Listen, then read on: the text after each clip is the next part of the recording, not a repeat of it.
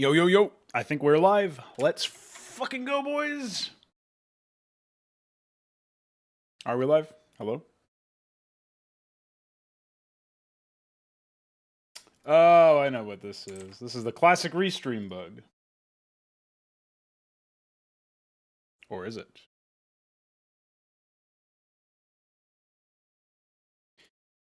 Yeah, okay.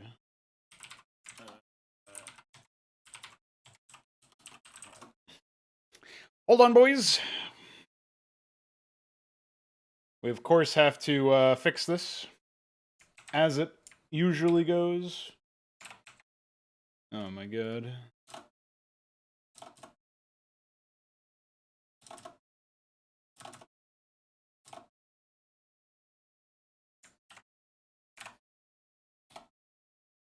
Okay.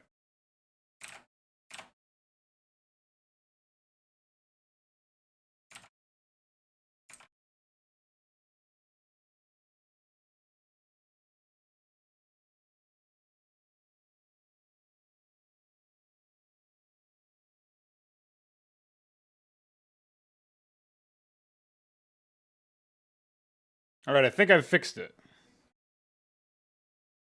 Should at least have the right metadata and shit.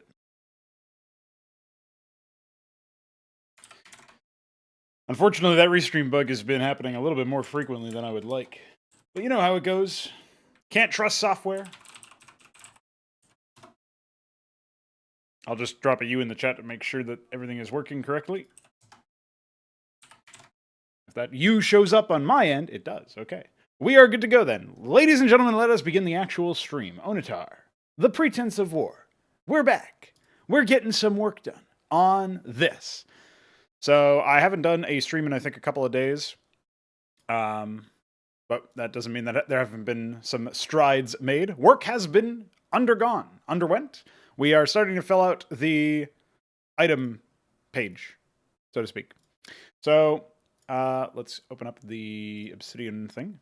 Okay, so I'm going to scroll all the way to the bottom here, and we're going to write down some more ideas, which are obviously not present in the actual page. They're ignored by our website engine. But I wanted to write some of these things down. Let's see. So this additional core slots thing has been even further or the idea has evolved a little bit, also from Kian, funnily enough, since he was the one who first had the idea. So this would be basically like a secondary core socket, which allows players to purchase an additional core and insert it as a socket, providing some limited amount of benefit without sacrificing the core you already have equipped. Okay, so there's that, which obviously I wanted to keep track of, idea-wise.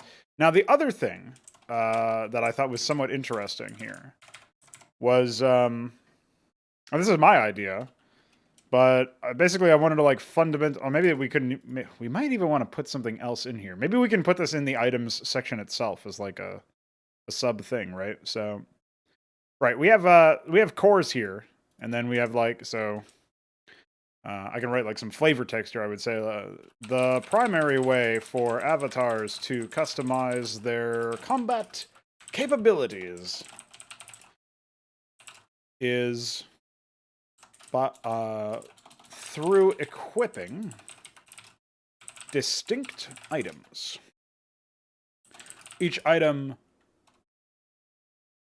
in Onitar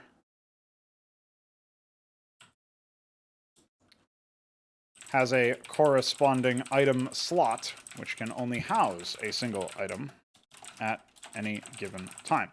So this is basically the inventory system that we've got. I'm trying to put this in an area where I'm not going to smash it on the way, moving my hands while trying to type. Easier said than done, apparently. I'll just try and keep everything centered.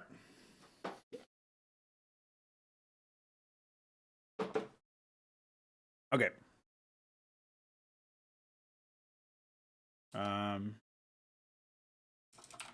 The most fundamental item slot is the core. Avatars equip cores. Avatars choose cores at the beginning of the game before being able to purchase any other items. Cores inform the general combat role of an avatar, and we'll say providing stat increases and a single ability. We'll say stat increases, a single ability, and a single passive. In accordance with... Well, yeah, we could just say...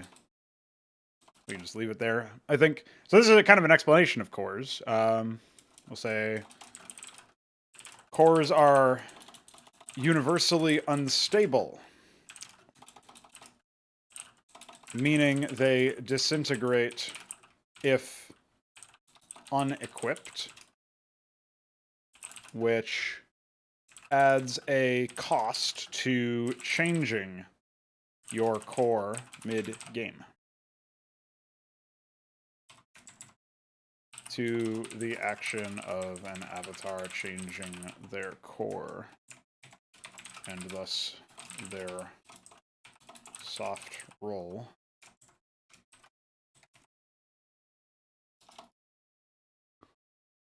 Okay, this kind of explains one of the recent developments that happened yesterday. We came to the conclusion that cores should... The first core should be free when you're starting the game.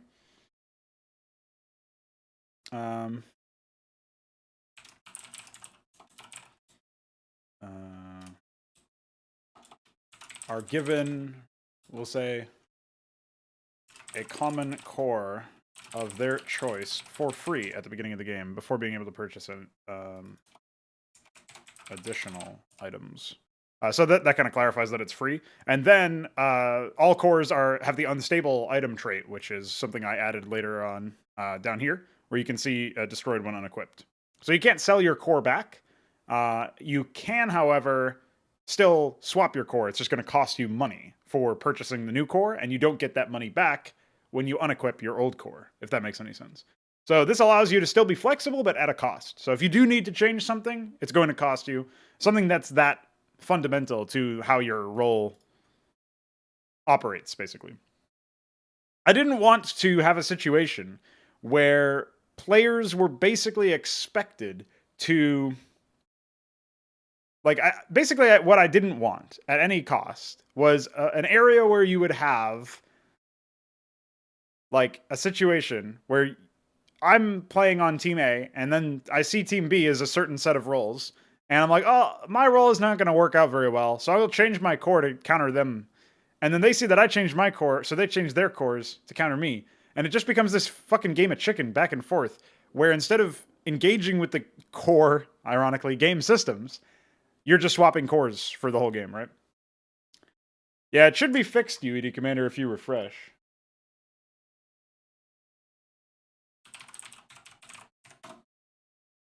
Let's see. Yeah, when I hit enter, I see the correct thing on that link, so... F5, my homie, and hope you're doing well. So yeah, I didn't want a MOBA situation where you're literally just swapping cores out every battle or whatever. That seems a bit excessive. And that was possible with the idea that cores would give you their full refund back, which would essentially negate the idea that you even have a cost to reducing your... or like swapping out your core. So, with all that said, that is how we're handling that system. Every other item doesn't behave like this, so cores do feel like they exist a little bit outside the system of a conventional item. But that's also okay for me because of how base, like the cores do feel very low level in that sense. So, and some other items will be unstable as an item flag. So it's not something that's going to be exclusive to cores in that sense. I am aware that it feels maybe a little bit like parallel systems, but this was a solution that I think solves a really critical problem in the game, on paper anyway, without making it so that you can't replace your core at all. Because I was thinking maybe cores would be permanent, but that flies in the face of the whole idea of the game, where you essentially create a custom champion, if you will, from another MOBA. You create a champion, you create an avatar of your own doing and will, and you have the freedom to sell an item for full ash and get back your full amount of money that you purchased it from, and then use that to buy something else. If you need to customize and adapt, you can do that. So you're not locked into decisions. The soft lock is from economics, right? Like, you will be spending more money to specialize or to change your core. So it won't be a winning play, basically. But it's still something that I believe is, I believe it makes sense, anyway. Hopefully, I explained myself well.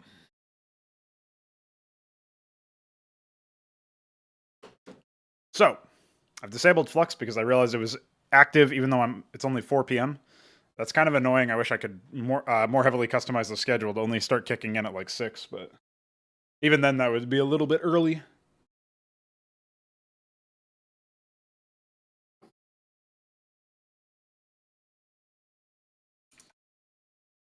Okay.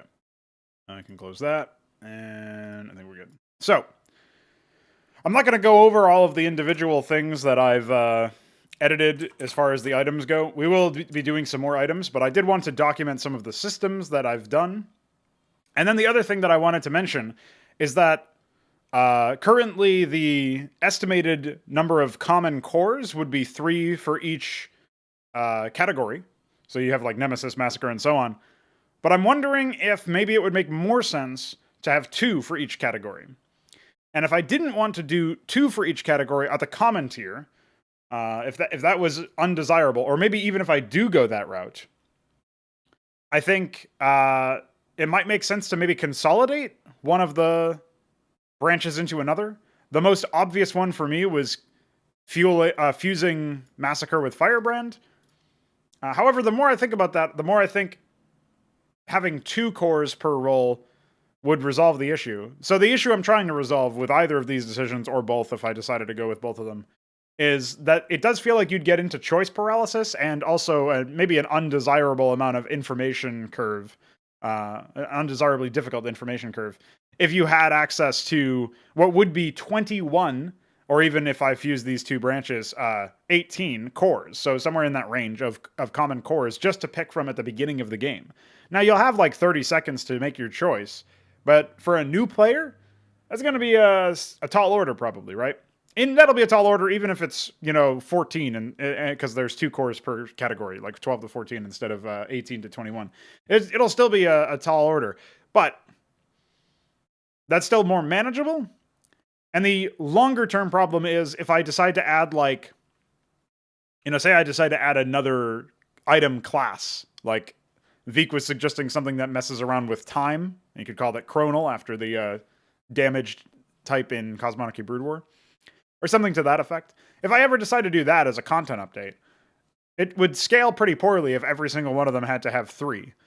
And obviously there's the mimetic aspect of 3, but I'm not really concerned about that because sometimes you just have to settle for an answer that has that number in it.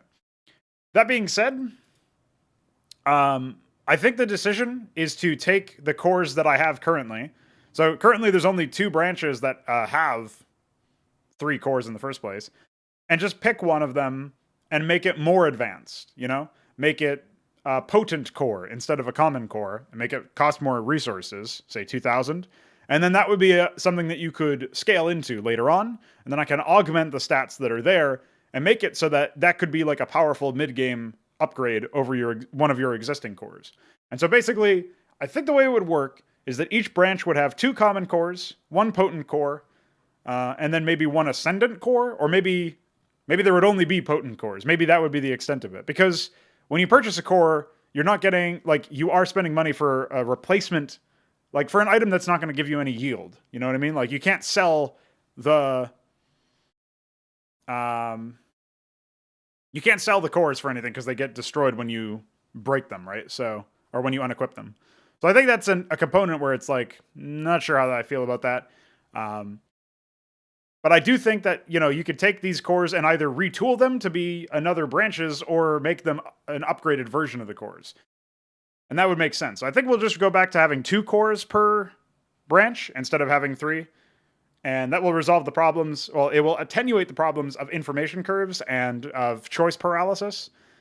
And it will also limit the amount of early game, like constrain the amount of early game aspects without doing so in a way that removes a lot of choice. Like you're removing 1/3 of the potential options that would be there. But I don't think that's like a dreadful thing, to be honest. So, yeah, I don't know. Those are just some of the thoughts that I've had anyway. And I think that way we can... I mean, when you're making less items, you can always decide to make more items anyway. So if I feel like actually 2 cores per branch is not as many as I would want, then I can just design extra ones. So this is a lot more tenable than having a bunch, Sup, Shambleman and Chocks, welcome to the stream. Builds to correlate with, or cores to correlate with builds. In a sense, yes. I also want to stress the idea that you can cross-class, or you can have, cross-class is a D&D term, Dungeons & Dragons, but you can kind of have that element where you're like, okay, I'm an Iris, I've gone the Iris Warlock core, which gives you slow on a specialized projectile, and also armor rot. So, I can... When I see this, I think this Warlock core scales with attack speed for the Iron Rot passive, and also scales with projectile speed to reduce the amount of time, reduce the duration of, or like the reaction time available for my skill shots. It also scales with anything that's going to give me like on-hit effects, because I have Iron Rot as an on-hit effect, so additional on-hit effects would be useful, and obviously that would recursively scale well with attack speed. So there's all these aspects, right? There's all these different reasons why you would want to do that. However, Iris is meant to be disruptive and information gathering and stuff like that. So you could go a Warlock and actually be offensive and damage dealing, and build a bunch of Nemesis and Massacre items. Or like long range Warlock and be a Firebrand, You could do that. That would be a legitimate option. Just as well as you could go Iris Warlock for and not really do too much about like... the context of attack speed. Maybe you go into something like the Twin Tip Gauntlet, which adds another attack, which allows you to, or it adds another target, so you can attack up to 2 targets at the same time. Minotaur style from Cosmonarchy Brood War, if anybody remembers that. So stuff like that is really cool, I think, because it gives you different ways to express the strengths of the whatever build you're going for, right? But yeah. Your idea of basically saying that, like, these cores correspond to or scale well with certain other builds of items would essentially basically mean, like, when I design a core, I am imagining in my head like items that might go really well with that core, and I don't want to just design specifically items that go well with only one kind of core. But there are going to be some cases where it's a little bit more limited. So like currently, for example, there's the Thermal Visor item, which gives you it gives you some base stats, including sight range, and it also increases energy regeneration for every burning enemy within your vision range, which sounds very specific. But if you think about it, there's going to be behaviors that set people on fire. So the Arsonist core has an active, which gives you damage over time, which sets people on fire. Damage over time is always fire. That's my current thought anyway. And then Funeral Pyres is a passive, which means if you... when you attack an enemy and it dies, it sets all other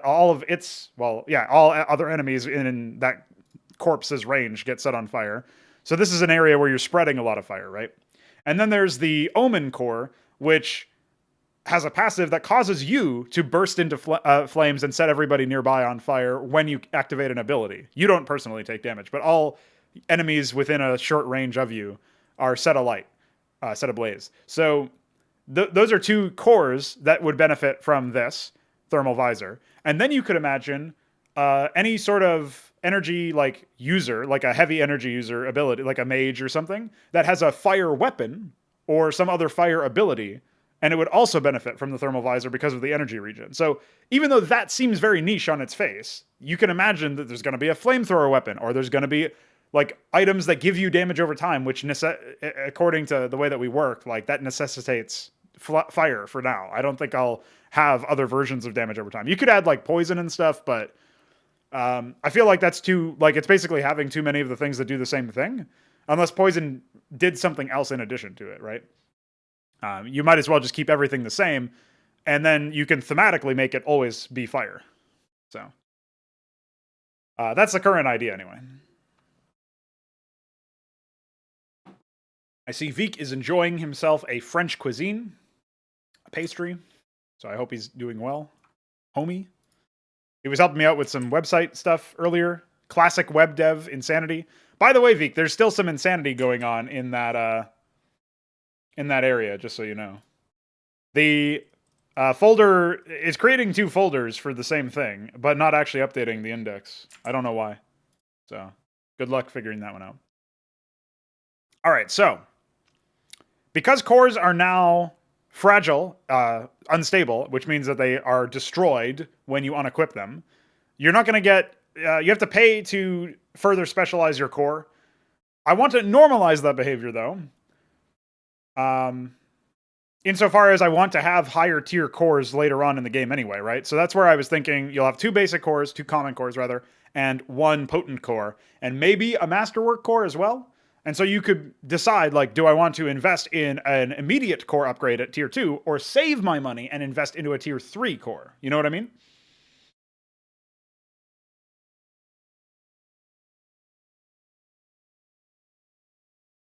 Poison will probably be part of Zabalba, but yeah, I don't see... Like, there's ways to make it work with sci-fi. We are actually, Chalks, going to have a system that takes the data that I've input in the... well, it basically generates these item pages from the data. So it's not...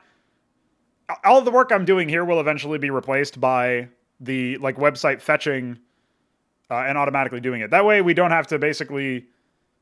Like, I don't have to maintain, oh, this actually, I made this deal 5 damage instead of 10 damage, and now I've got to go in and edit it on the website separately from the data. So, we're already ahead of you in that respect.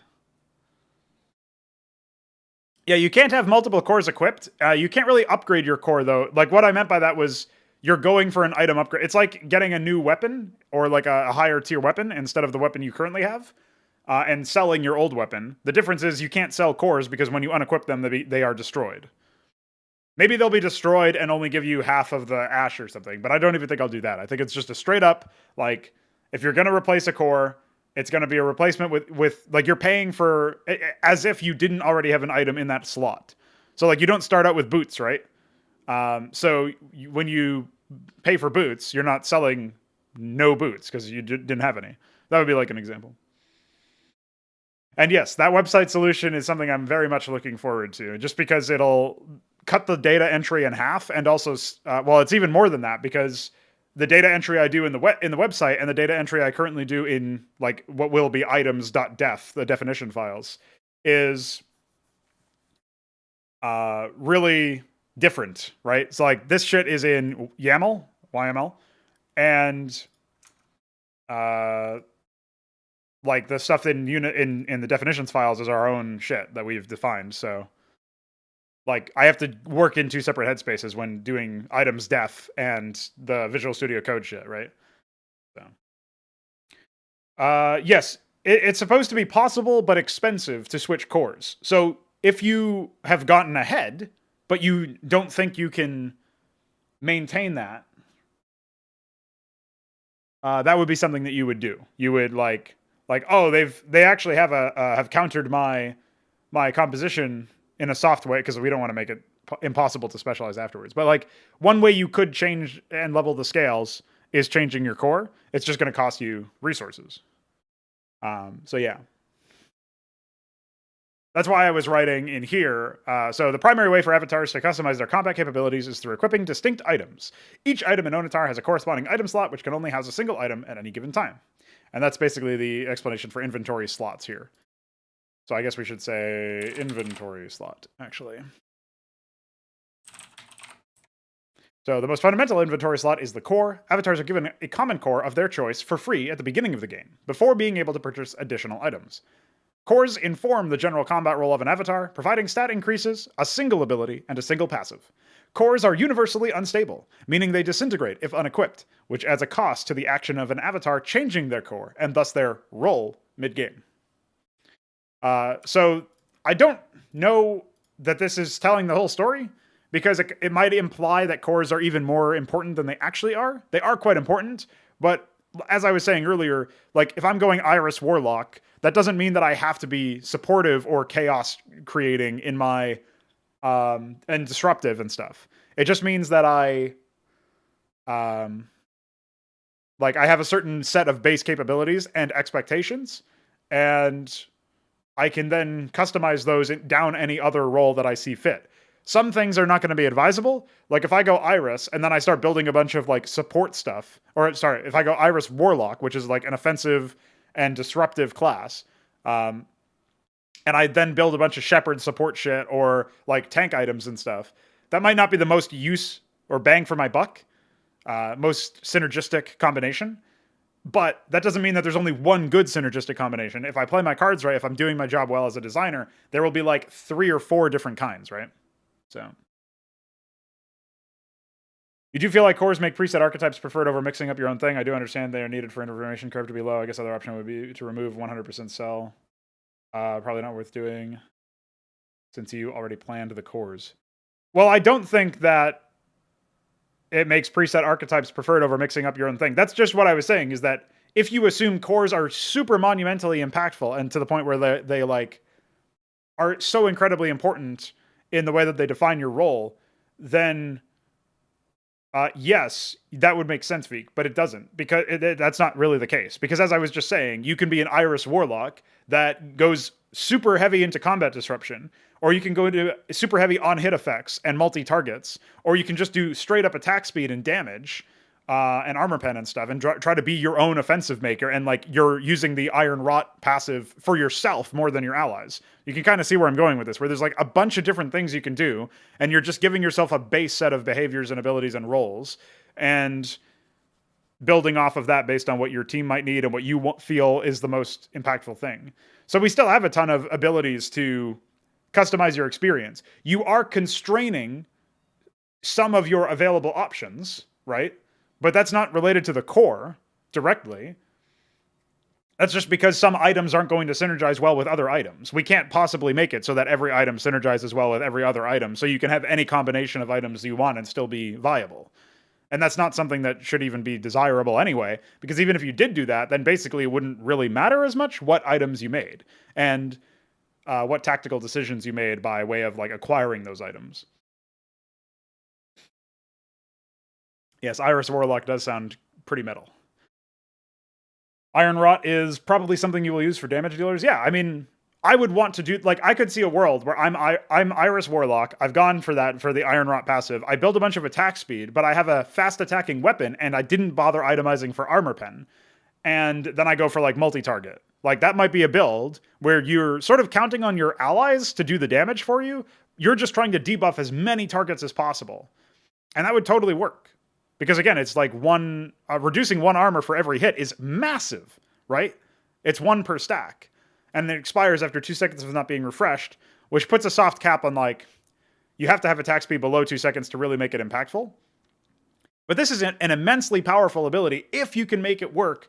And there's a reason why I didn't give you any directly offensive stats with this build, is because I want you to have to invest into those stats via other items so that you can actually activate the full power of this. Like, in the mid to late game, Iris Warlock is going to be a very powerful ability, even as like a solo split pusher or like a 1v1er or something, a duelist, you know? Like, that's going to be very, very potent just by itself. You don't even need allies. It depends on how you itemize, though. Like, an early game spike build might look like Iris Warlock multi-target attack speed boost and then playing with your Nemesis player or something, you know what I mean? And then, like, the two of you come together can, like, you know, Iris Warlock debuffs everybody. I don't know, Nemesis Barbarian uses the piercing passive because now all of their armor is low.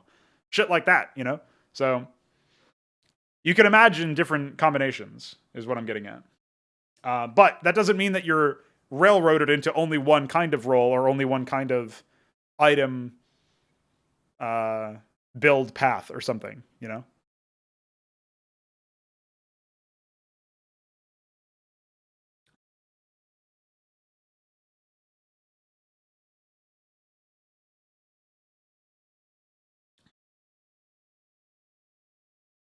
Yeah, weapon ideas. Okay, this is good. Let me finish writing this shit, and I'll just start asking chat for item ideas and see what I come up with as filtering through my sort of design prism. I'll get back to you on that one soon, Shocks. But hopefully, my explanation, Veek, made sense to you about your initial concerns about. I'm trying to make it so that we're only seeing actually relevant shit. Your initial concerns about the build path and the player choice and stuff. I actually think that not constraining player choice based on earlier choices is tantamount to not actually making choices impactful in the first place. So I don't know where our potential disagreements are here, but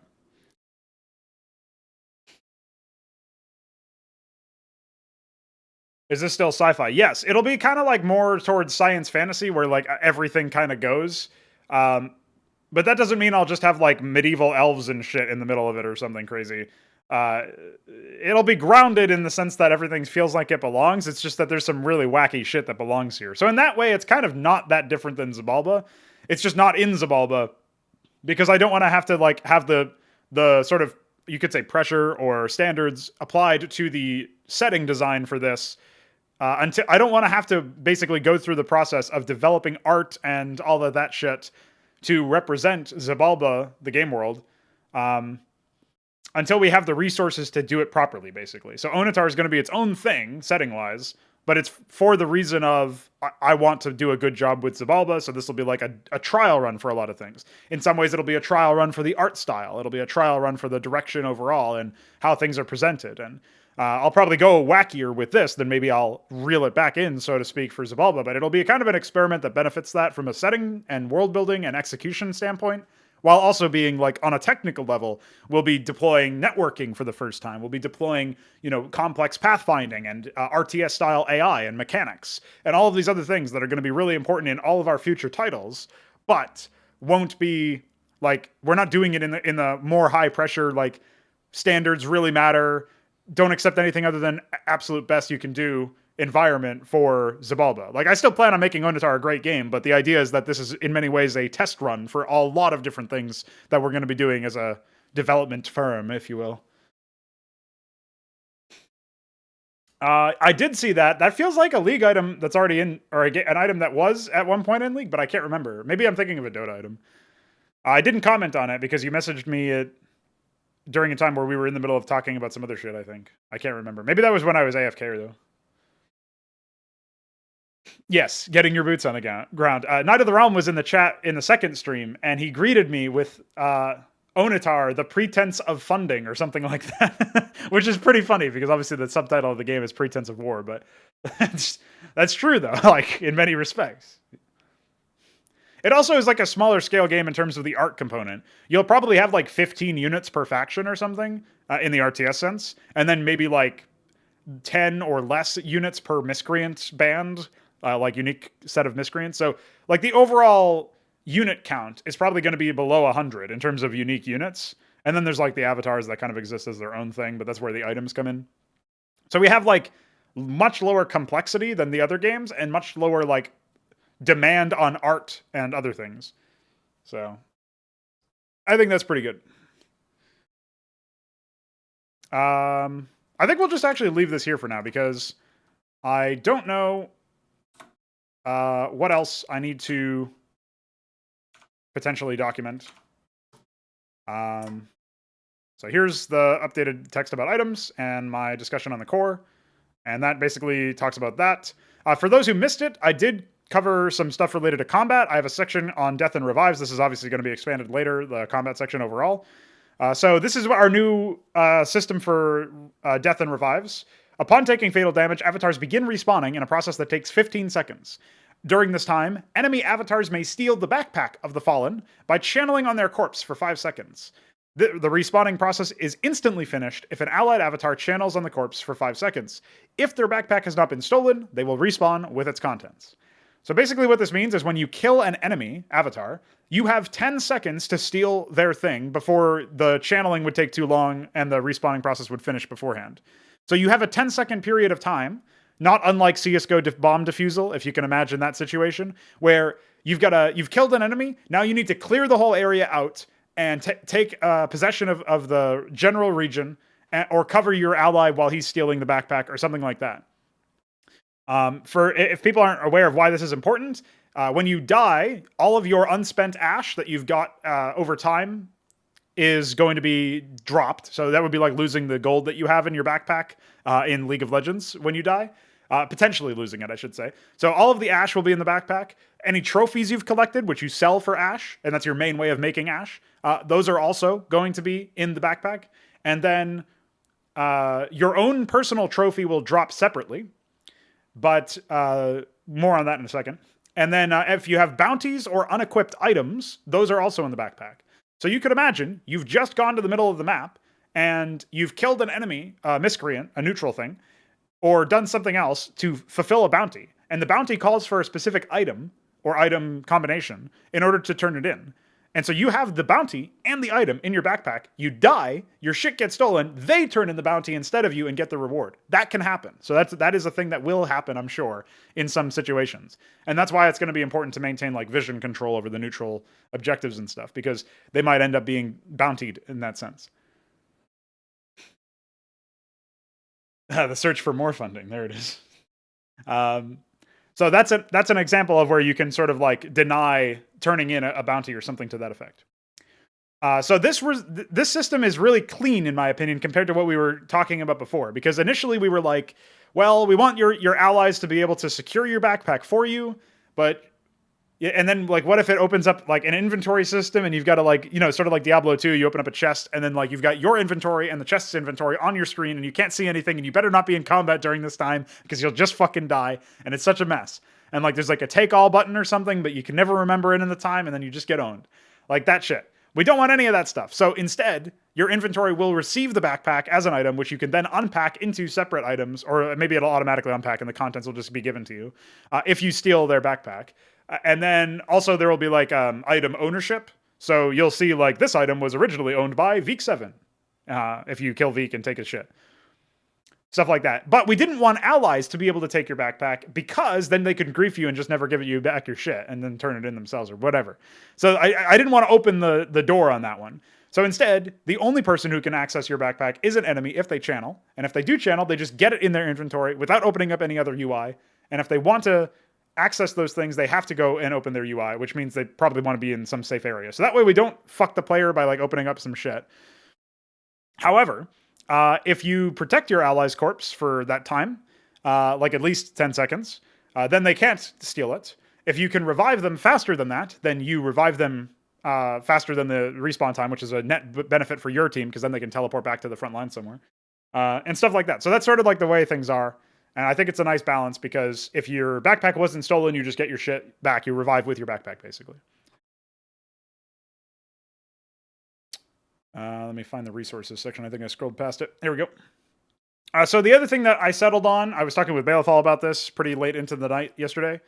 I was talking about trophy types and also trophy stacking, although I haven't documented this.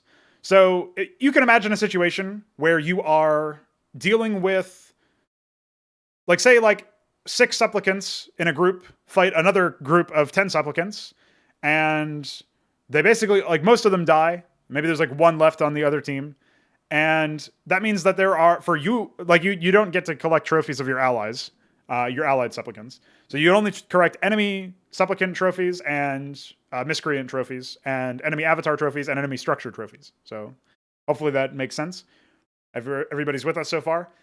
When supplicants drop trophies, items of the same kind will stack together if they've fallen in a similar like tile radius. I'm not sure what that radius will be. We'll have to experiment. But that basically reduces the amount of like clicking you have to do to access the items. As discussed before, there will be a specific item order, like pickup item order, which means items by default probably won't even have like the text over them, even if you mouse over them, is my thinking. And you have to hold shift or some other modifier to see the items on the field, which will kind of tell you like what's going on. So you can imagine a situation where you're on looking at an area of the battlefield. There's a bunch of corpses. You hold shift. You see like basic trophy or like I don't know, Maverick trophy, and then 10 in parentheses because 10 Marines died there or 10 Mavericks died there, and their trophies have collected into one item. You can then, while holding shift, left click to take one, hold control to take all, or maybe 10 at a time, and then maybe hold alt to take all, something like that. So you can choose how many you want to take from the field, or just grab it all at once. And these are kind of like the keyboard modifiers that will be used so that you don't accidentally interact with an item on the field when you intended to right click, like you're trying to right click. Most of the time that picks up items. In this case, it's going to completely ignore it. Because the whole idea is that we don't want players like a ranged class being like, I'm trying to right click an enemy to attack them. Instead, I have right clicked an item and now I'm walking towards my enemy instead of attacking. Like this is obviously we don't want to have fucked UX basically. So that's item stacking or trophy stacking taken care of. Items will never drop wholesale. They'll be inside backpacks or something. So if there's an item, it'll be on the backpack of a fallen miscreant or avatar or whatever. Enemy structures will drop high-value trophies. As documented here, high-value trophies are evenly divided into smaller trophies based on how many avatars are present on a team. So if this is a 4 versus 4, and you kill a structure worth 1,000 ash, or it drops a trophy that's supposed to be worth 1,000 ash, even if that structure dies and no avatars are nearby, or all of the avatars are nearby, it doesn't matter, it will always divide into 4 separate trophies, each worth 250 ash. Which means you can personally take all of them, or you can grab one and leave the others for your allies to take, or you can take them all, teleport back home, and then drop, 3 of them on the floor and turn in yours. That's a thing, basically. I am now running towards the melee tank. Yeah, bye. So we obviously don't want that situation to happen. So that's the high value trophy thing. It's basically there where it evenly divides into like a stack of the same item. So it'd be like high value trophy 4 or something, and then you would look at the trophy and it would say like each stack is worth 250 ash, and you'd be like, okay, well, I killed this tower split pushing. I will teleport home and drop 3 of them on the floor and pick up 1, or drop all of them on the floor and then pick up 1, and then off I go.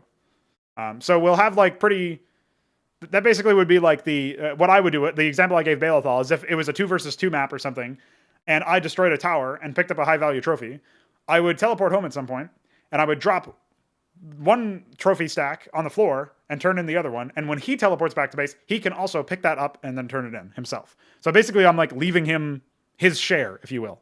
And that would be something that you could do if you're looking out to be a team player, or you were trying to like feed a specific player some resources or whatever. So hopefully that all makes sense. If there's any questions about that, let me know, and we'll just move on to items pretty soon.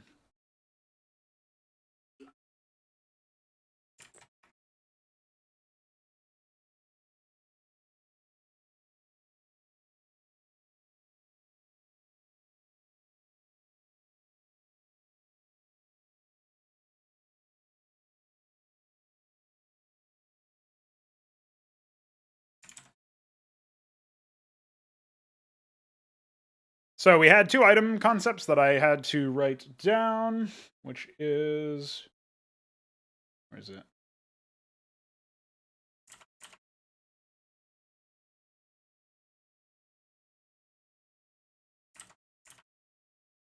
Okay.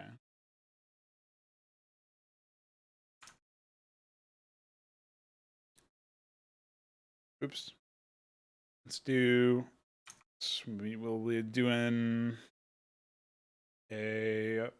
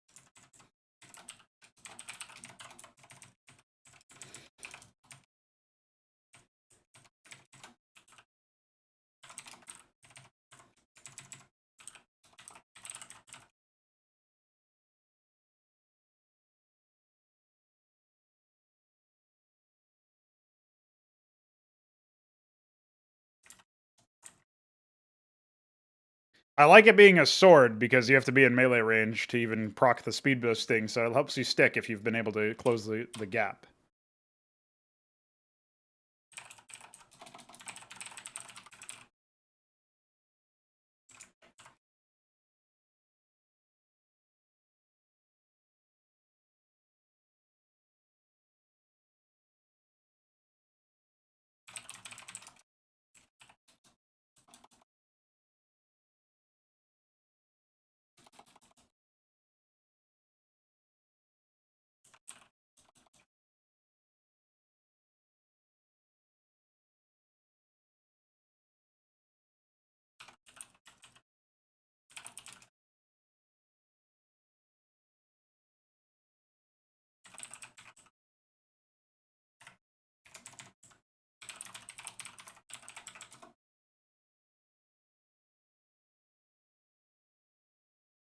Oops.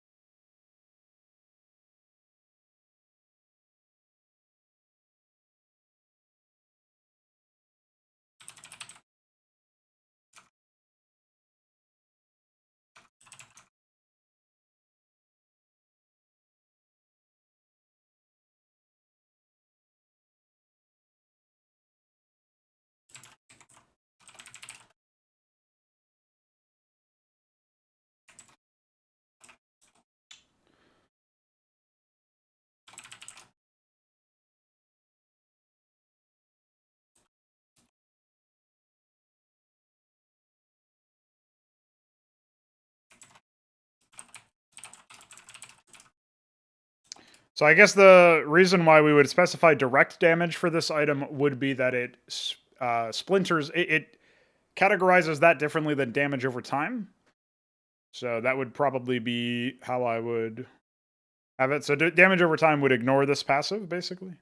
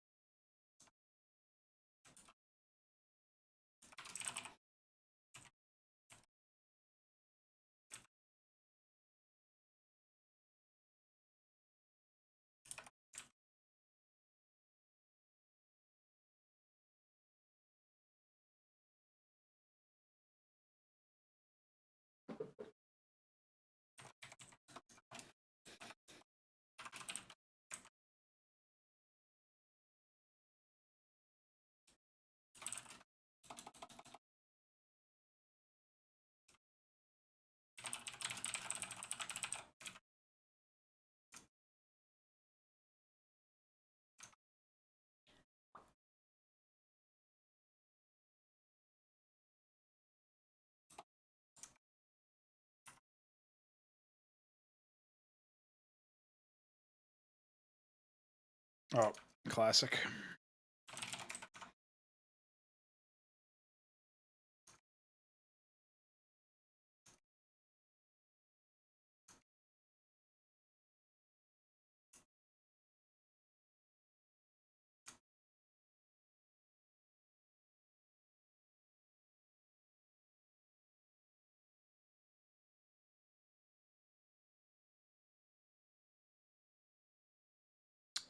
I almost feel like, so Chalks, your idea for a gun that lowers base damage, but amplifies the on-hit effects from other items / consumables / whatever. It almost feels like it would be a really interesting passive to filter that into a glove, because then you're basically like... I could imagine a gun that also has the passive and just happens to have lower base damage than other guns relative to its tier. But the glove having that passive would just have the enchantment aspect to it, which would fit the purpose of the role, so to speak.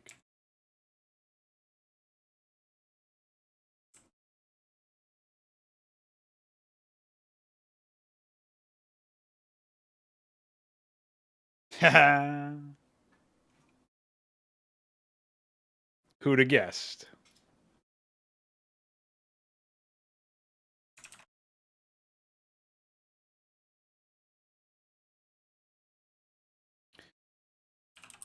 I'm sure eventually I will come up with like a gun that has this trait by itself, because I did like the idea of basically, we talked about this before, I think, in the last stream, Chalks. The idea that you would have the opportunity to specifically go super far down a specific path where you grab like 3 items that have similar passives or the same passive even.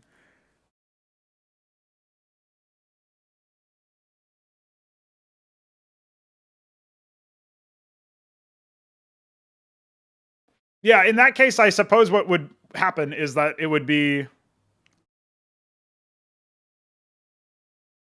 like, maybe it could be a weapon switch of some kind too. Like it could be a switch mode, secondary fire or something, that would require energy or something to that effect. That could be interesting.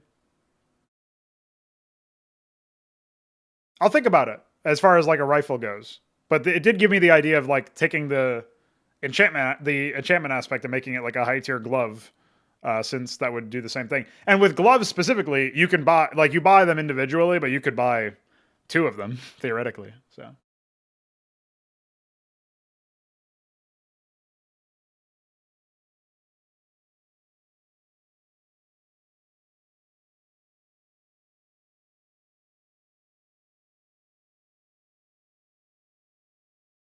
I guess we would say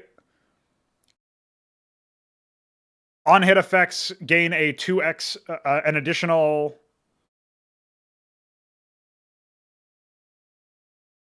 The on hit effects gain 100%, a 100% base stat modifier or something. I'm thinking that's what the wording would be.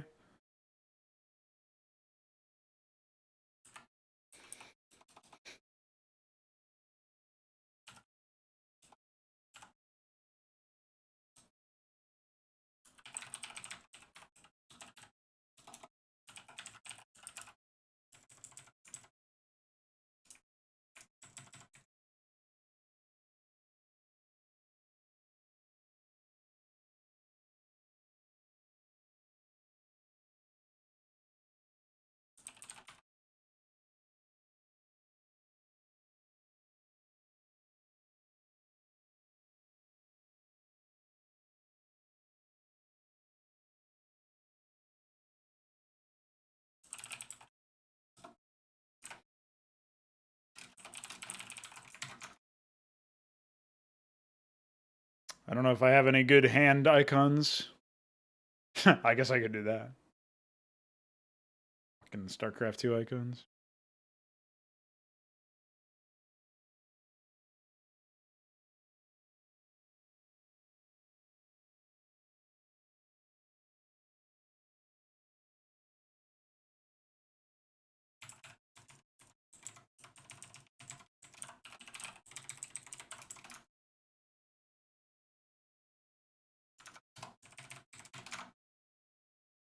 What is glove anyway?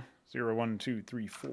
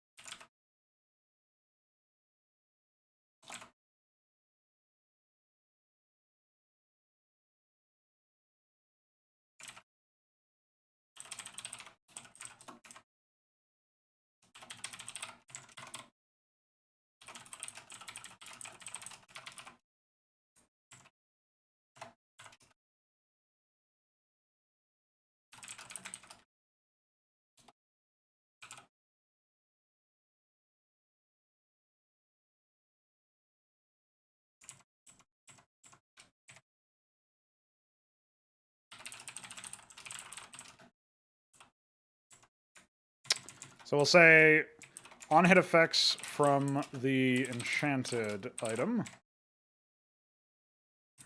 There we go.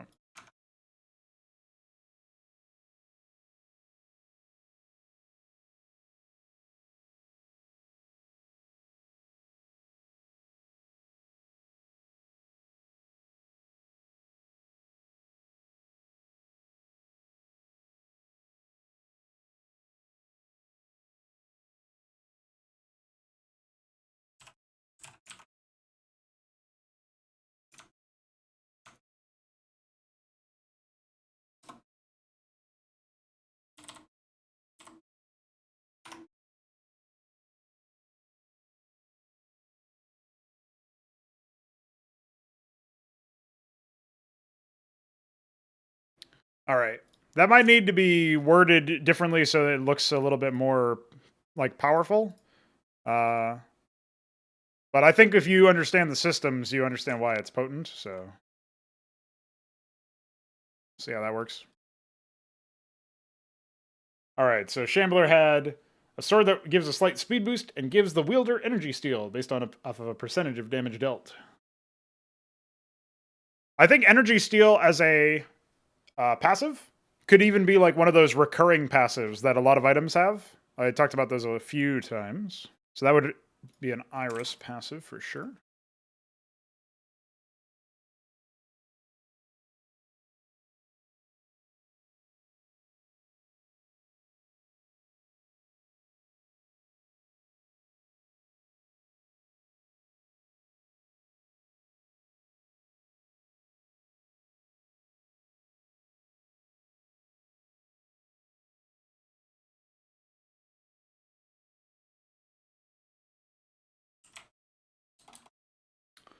This would be...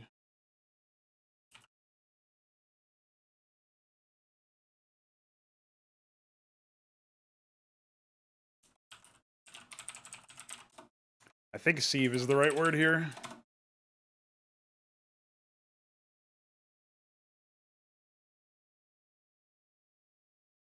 Yeah, whatever, that's fine. Chess piece, which gives the wearer the ability to self-destruct.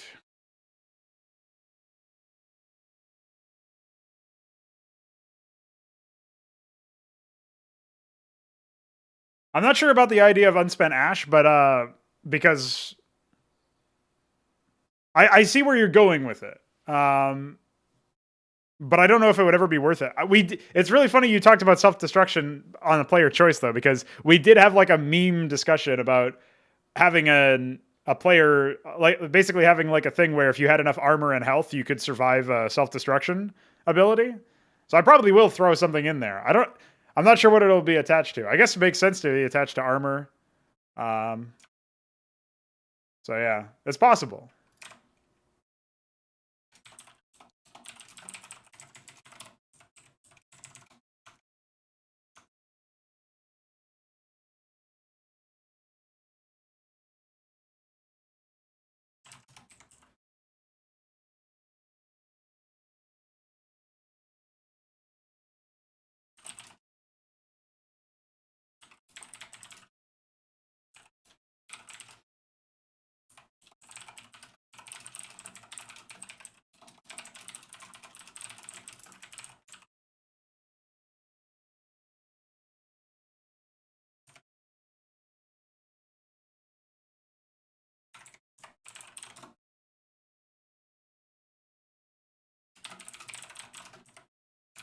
Okay.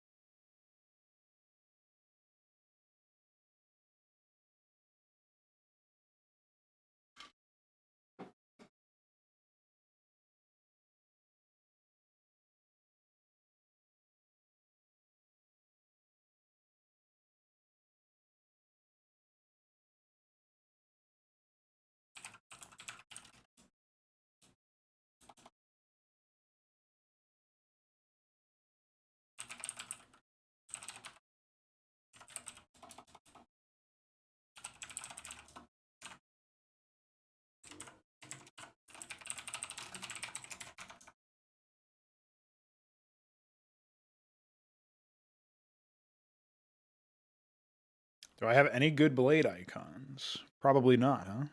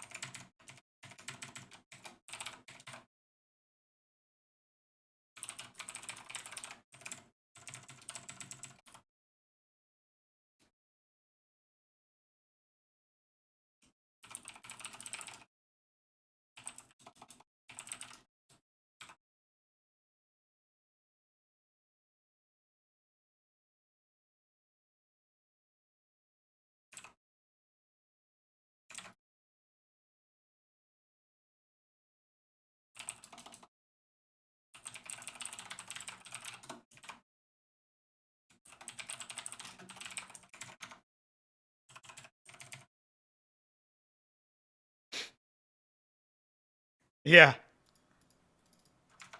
It's something like that, conceptually. Would be pretty cool.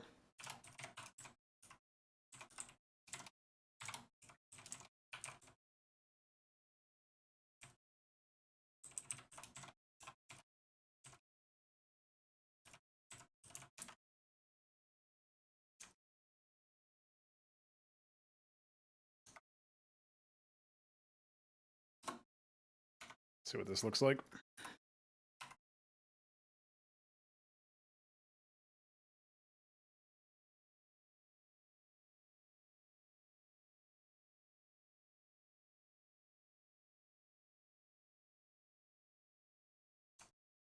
Cool.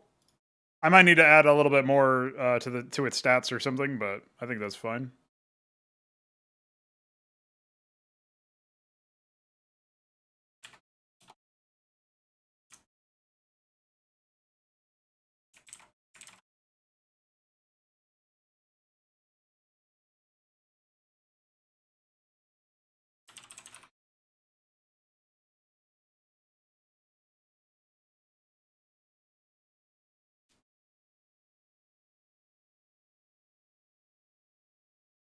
It has +1 movement speed as a stat.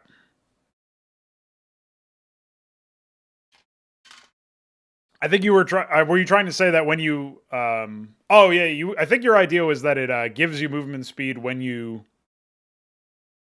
hit, like as a separate passive. I think I'll stick to one passive for now, but I might think about like that'll probably be a glove actually, the movement speed on hit thing. That could work. I'll do that as like a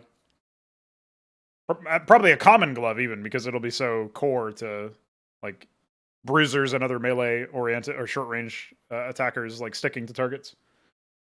Yeah. That'll probably be a glove. I could see a good argument for that.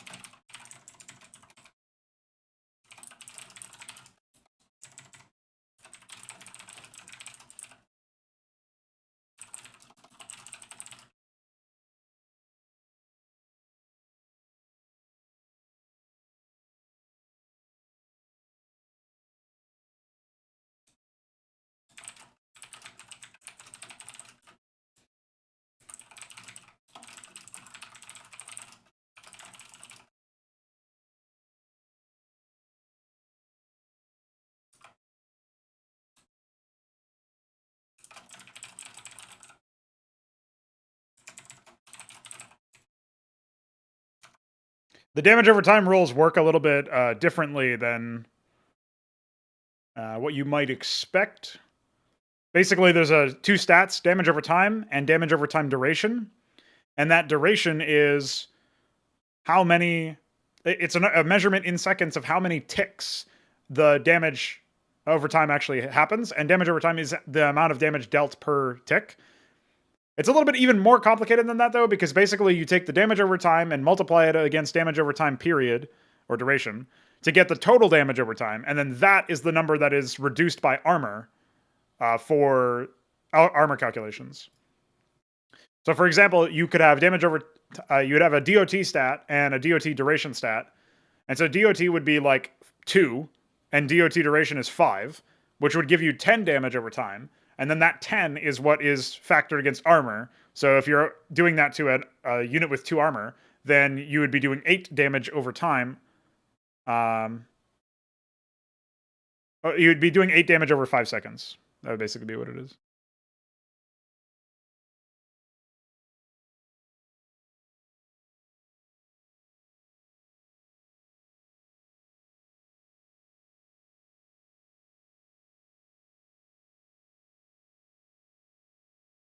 I don't think I have a good image that...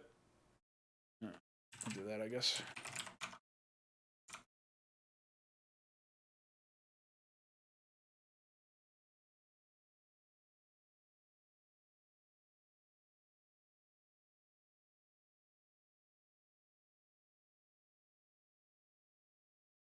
I think I'll probably have some isolation mechanics, too. That'll be pretty neat.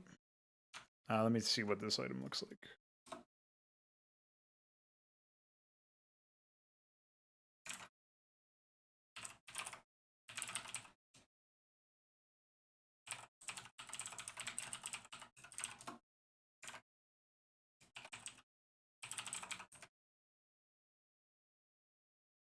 In what way? Like, you take the consumable and you take damage when eating it or something? Like, gain some other benefit? Suppose that could work, if that's what you mean.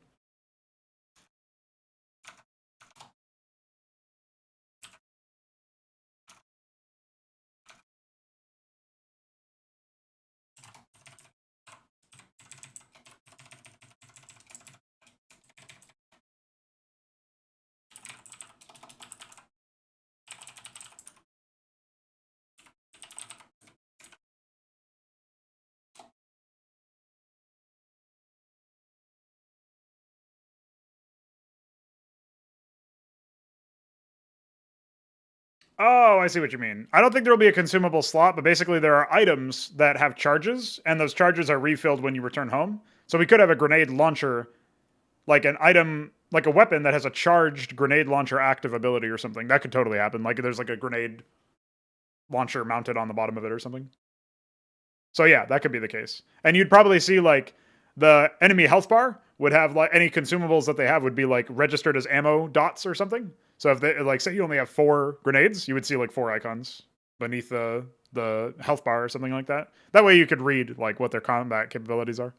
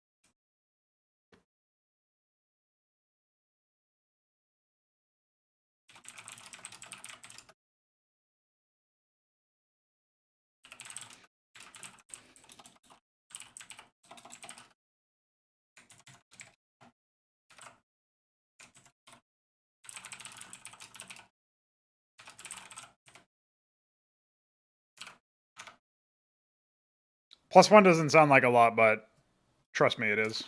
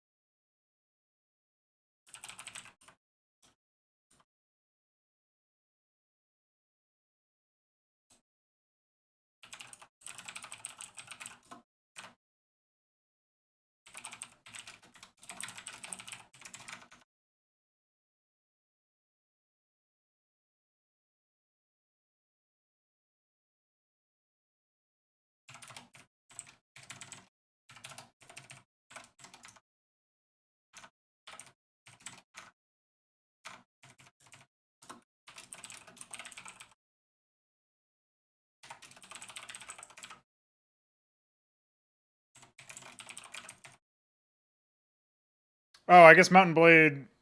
Oh yeah. So hand items are supposed to say only. They're only supposed to say two-handed, as opposed to having the one-handed thing.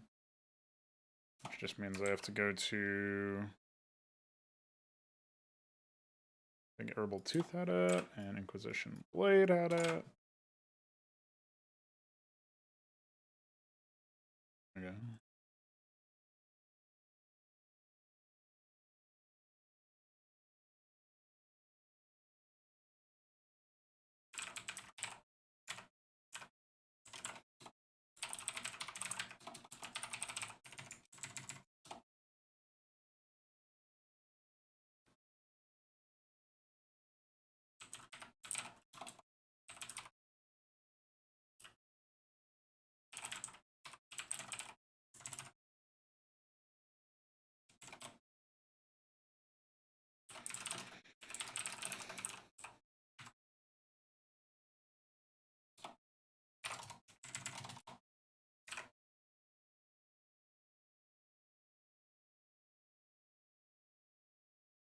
Oh, interesting. Some sort of like anti-armor pen unit or something.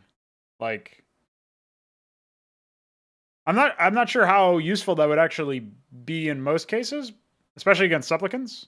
But I could definitely play around with the idea of reducing like something that reduces armor pen and that sort of thing. I'm not sure about doing more damage based on their armor pen or something like that. I guess you could do something that like slows them if they have high armor pen and like slows them for a percentage based on that. It does feel a little bit like they're deliberately countering that, which I'm not sure is like super great, but I suppose we'll wait and see. It's an idea. It could work.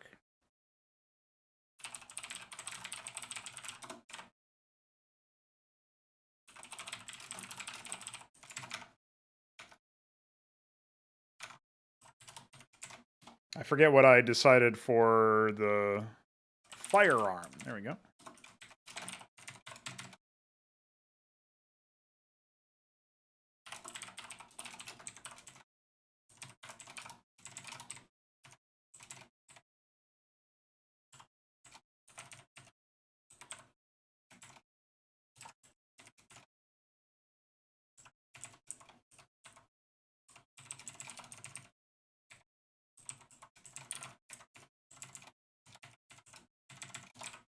Okay, and then we were gonna do the grenade launcher.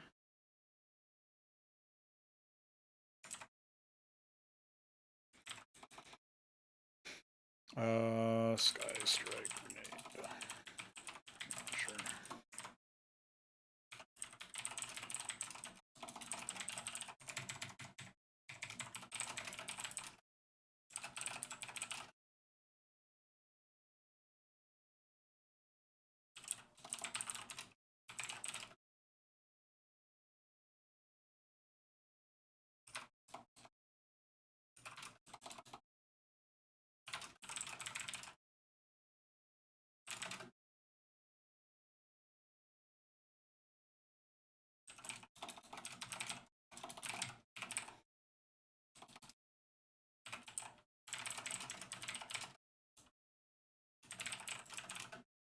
Oh, I guess that means I should actually go in here and write finite, which is the tag for charged.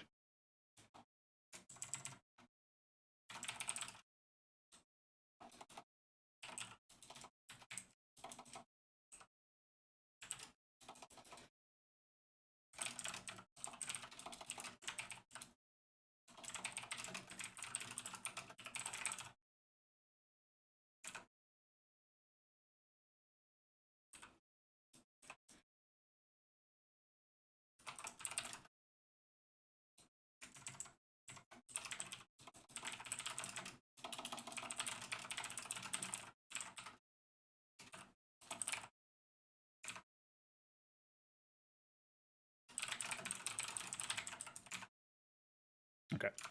I think that's pretty solid overall. There was a grenade icon I can use somewhere here. 577, I guess. There we go.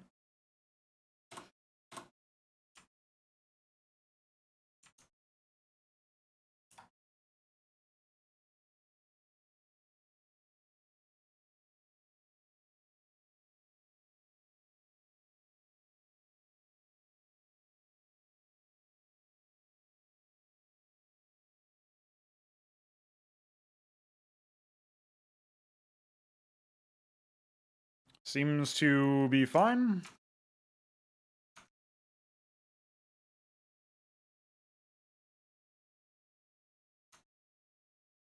We also added a glove. Oh, I didn't get a different icon for this glove, though. I don't really have good item icons yet. Really working with scraps here. Eventually we'll have our own, of course, but...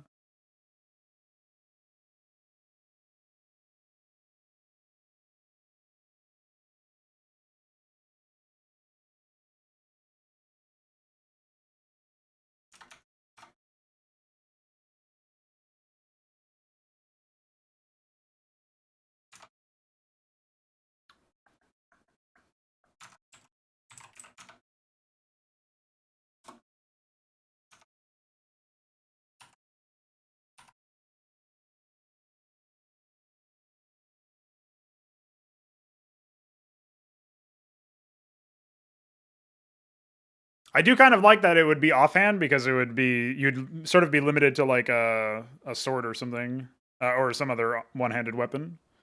So you'd have like that'd be pretty good for combat disruption. I could see that being an iris item. I was planning on playing around with stuff like that actually.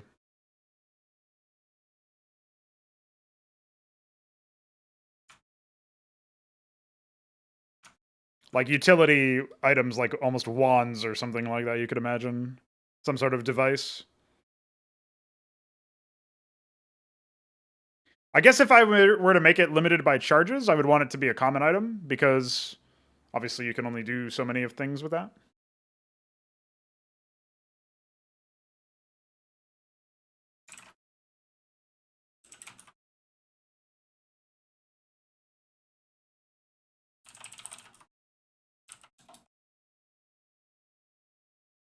So it wouldn't have a weapon, but it would it would be charged.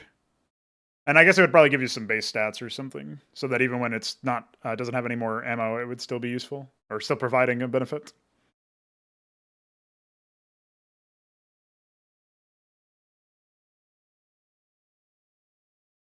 Right? Yeah, I definitely like the idea.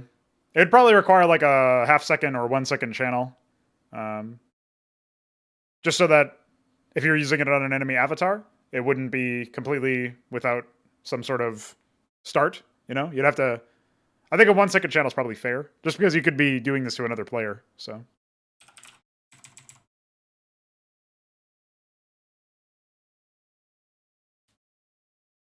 Yeah, yeah, for sure.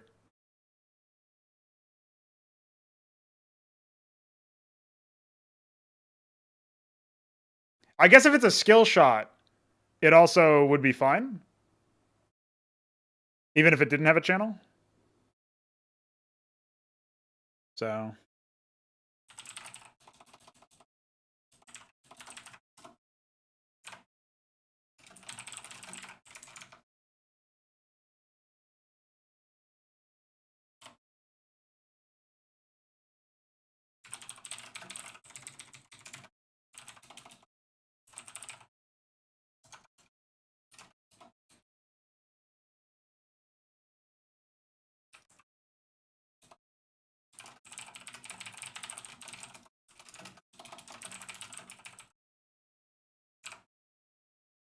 We might need to recalculate what movement speed is if we're going to provide it with a lot of different things, but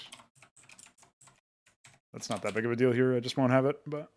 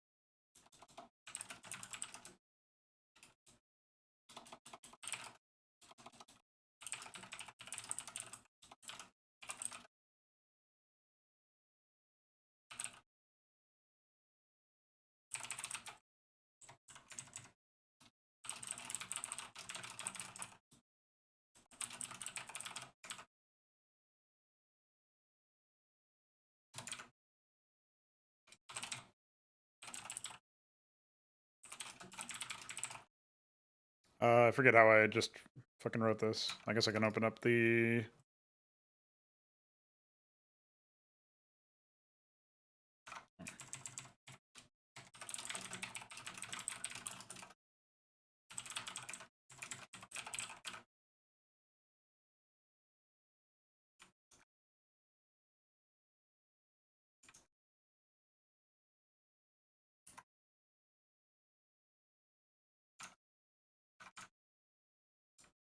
Oh, I didn't give it a cost. That's my mistake.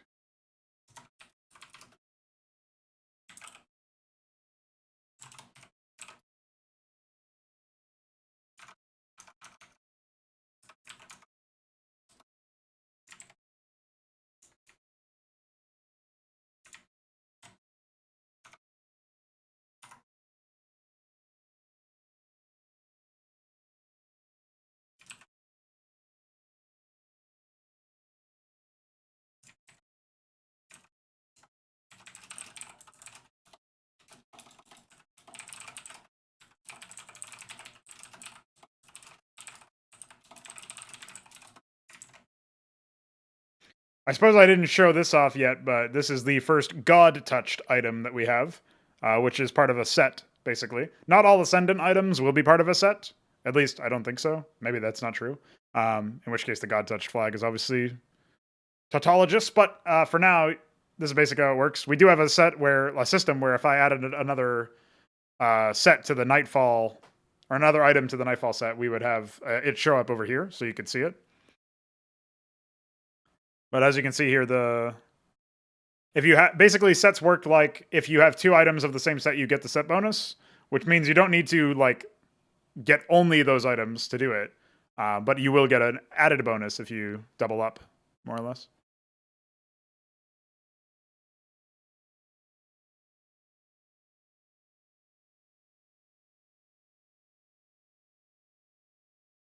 So.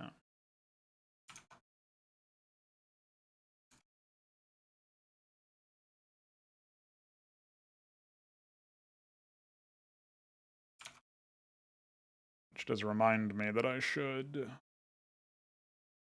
BR here.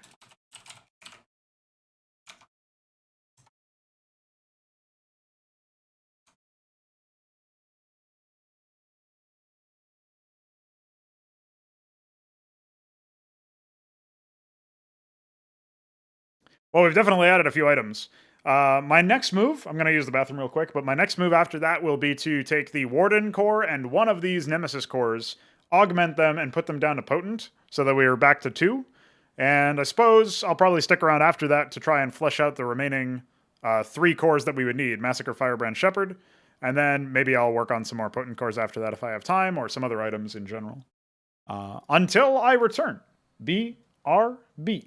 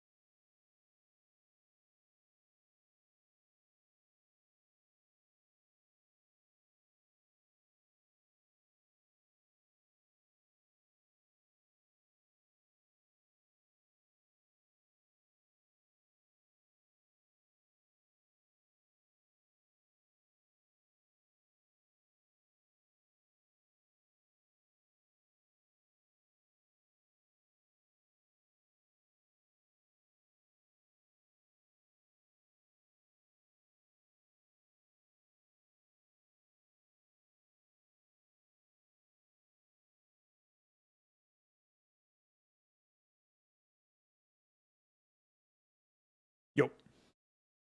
I have returned.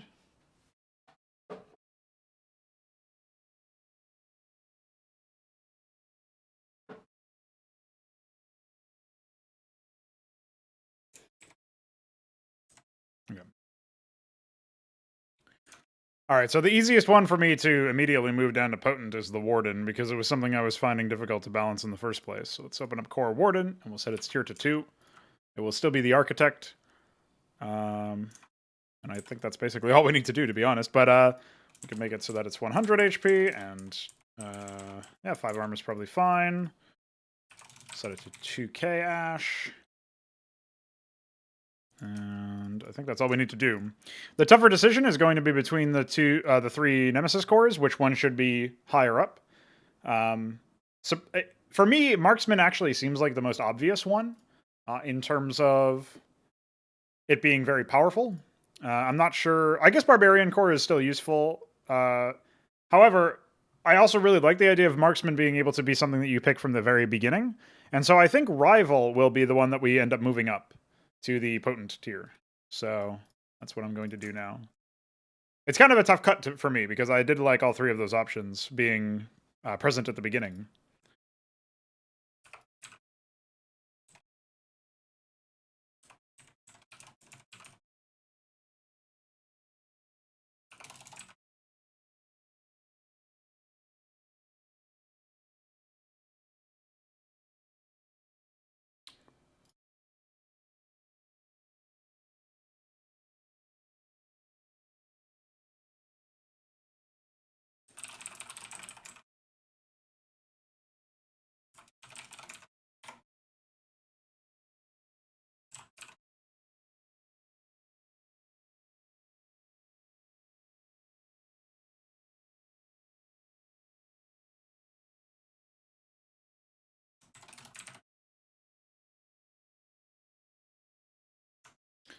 Well, they're all cool for tier 1, Veek. That is the problem.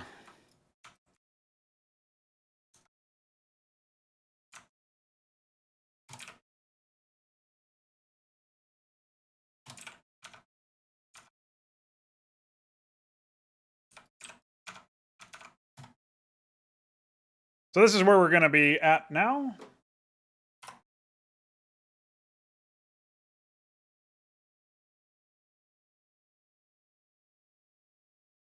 One thing that is currently hard to track in the table logistically is like what tier we're actually still at when we scroll through. I think that'll probably still be an issue even after we populate the table some more, but it's something that I'm noticing right now anyway.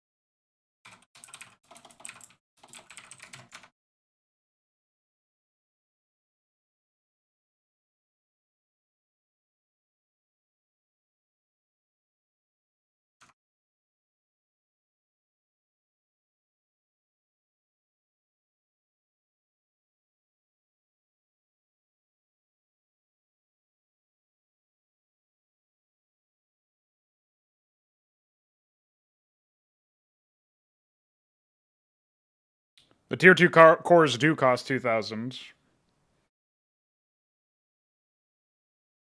They're balanced around the idea that you can't access them at the beginning of the game, and I don't think that rebalancing them to make them... I don't think that's an interesting decision, to be honest. I think that you would just always go core first. Unless I made them functionally not very different, or statistically not very different, to the common cores, which defeats the purpose of having them being segmented into other tiers in the first place.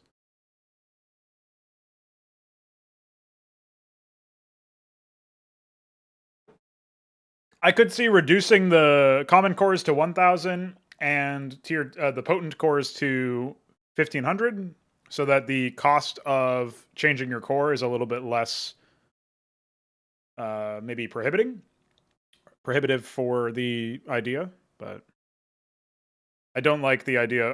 The point of the changes, Veek, is to reduce the number of starting choices you have. So finding a way to make it so that you still have the same number of starting choices when it comes to the cores. It's specifically when it comes to the cores. That was the whole change. It's specifically reducing the number of cores you can choose from. So it kind of makes the whole idea pointless.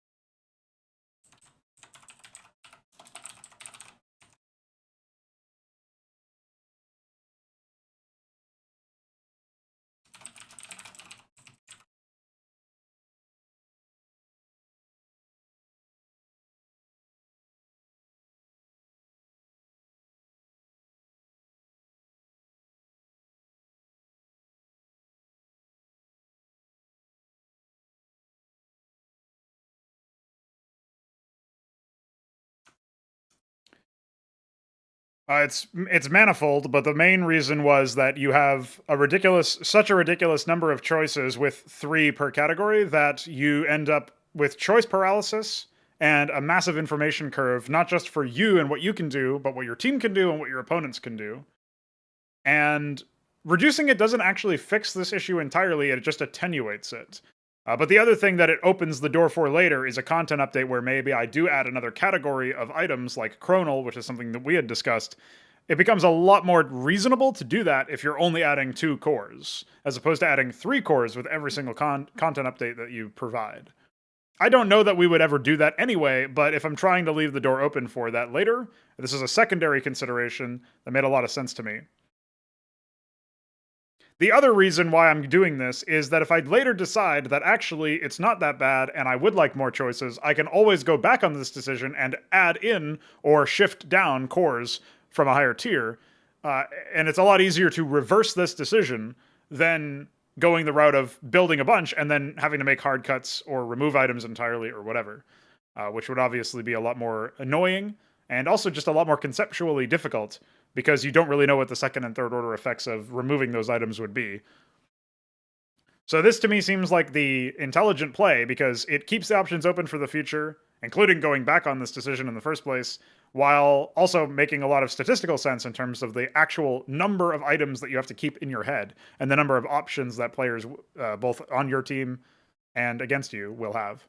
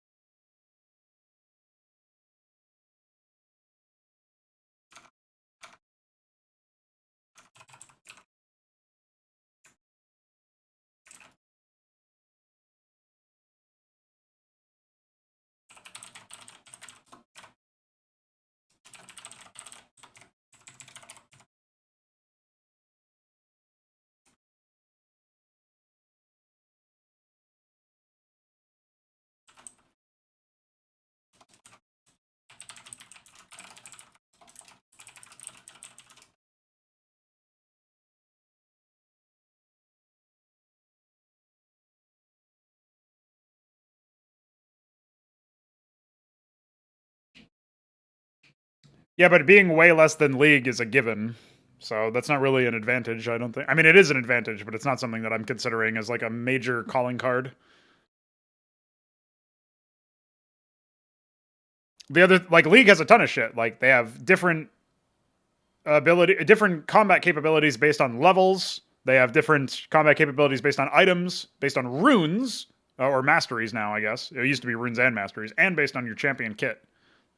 And then based on patches, which change everything. So, like, it's so untenable that it's not. I don't even really think it's worth comparing ourselves favorably to that game because it's so far from what you would want for something that's meant to be competitively integral, something that's meant to be approachable, and something that's meant to be competed within. So yeah, I understand where you're coming from, but I'm after something that's so far removed from what League is that even making a comparison isn't massively useful, in my opinion.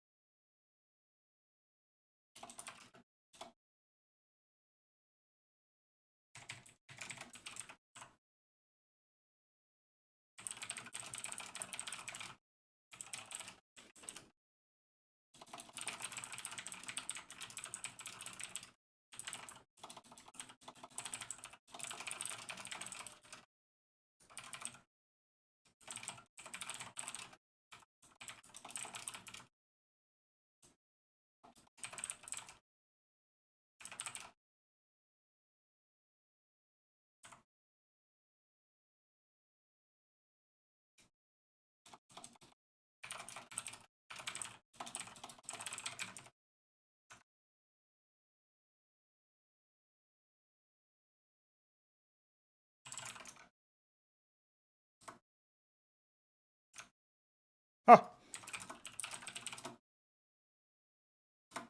I'm guessing you did the... Yeah.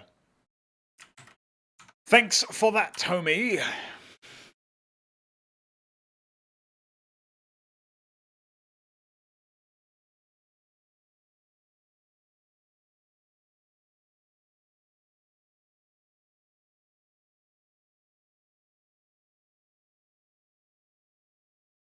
I might change this to instead of slaying the enemy, you just need to tag them.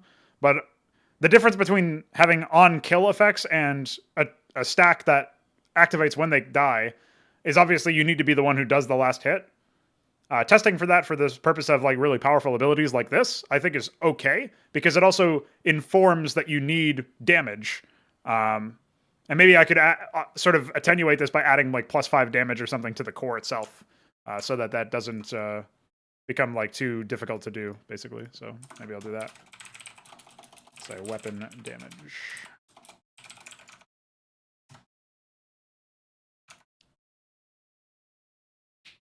I think that's a fairly competitive core.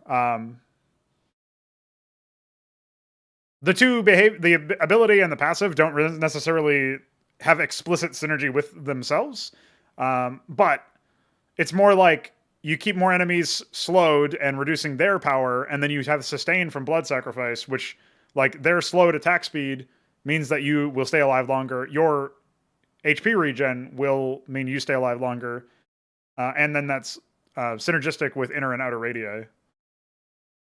So I think that collectively, it might not seem like the most like obvious. These two things were designed together, but I think the gameplay pattern will still be intact.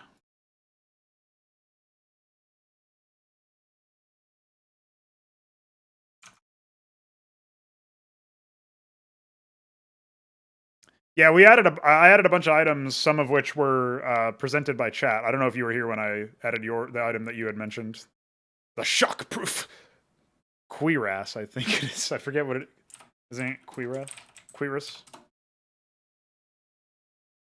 Cuirass. Shockproof cuirass. That's apparently how you say that word.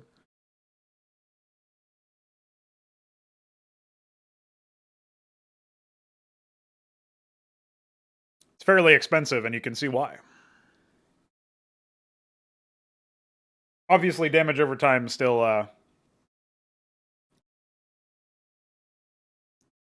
still sidesteps that, but that's why it says direct damage.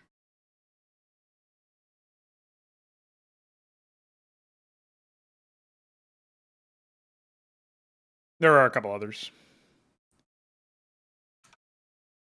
But I suppose you can read through those at your own leisure. How long have I been streaming anyway? Oh, almost 2 hours. Yeah. I would imagine some people would get it even as a damage dealer. And that's the kind of, like, freedom that you have. You know, I vaguely recall there was a really old meta where sometimes 80 carries would build, like, Randuin's Omen or something. Or some other tank item. Like, they might even sell their boots for it or whatever, because when they're on 6 items... by the way, League of Legends having this weird thing where you have to sell your boots to get a 6th item is like the obvious condemnation or indictment of the shitty system where you just have 6 item slots and you have arbitrary items that go anywhere. Like, obviously, if you just have a fucking boot slot, this is totally resolved. They halfway went that way with the ward slot, like the trinket slot or whatever it's called. Like, they already know, like, you should, instead of buying a Sightstone and that being a slot, taking up one of your item slots, it should be a dedicated slot. They already admitted that by implementing that system, but they didn't go all the way with it because they're cowards. Or incompetent, I don't know. Too afraid to change the game? They're not too afraid to change the game, obviously, because they change the game all the fucking time. I don't even know what they are, besides goofballs. Get them out of here!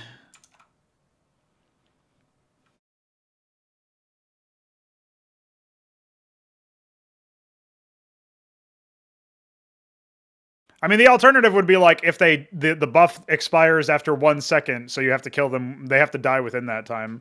But this basically just tests for who, like, it biases you towards high damage attacks, which is something that I want to do for Massacre anyway. Like, damage and AoE are your main defining factors, plus like number of attacks, obviously. So.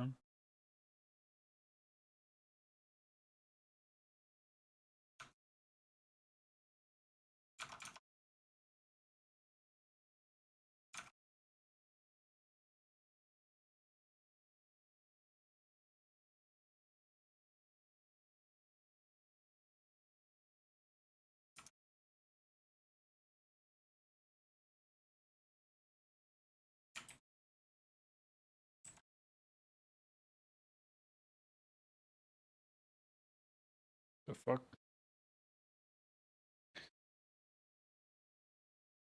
It's yeah, it's testing for some coordination as well. I mean, the question is like, well, Massacre is designed around killing supplicants anyway. That's the whole point, is that they're AoE. But if you scale that up, like, there's going to be some avatars that do summons. There's going to be some avatars that do, you know, possession or whatever, like tyrant stuff. There's going to be some avatars that want to stick with supplicants anyway, like the Emperor core, for example. And then there's just going to be fights around, like, miscreants and shit, or whatever, where, like, maybe avatars from both teams are fighting and miscreants are there. So there's going to be opportunities for you to use them in PvP fights. It's strictly in an environment where there are limited or no non-avatars in the engagement. Obviously, on-kill effects will be limited, but that doesn't mean that they will be useless. It just means that you are not specifically kitted out to deal with enemy avatars in that closed loop environment, which is totally like the whole point of having a Nemesis versus a Massacre, right? Nemesis is less effective against supplicants unless they specifically kit their force out to, like, itemize for AoE and or multi-targets or whatever.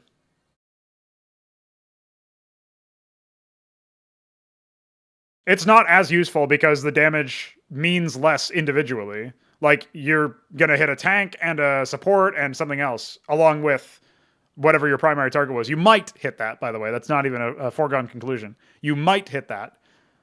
Whereas supplicants will generally clump up together a lot more, even though they will try to split when faced with AoE.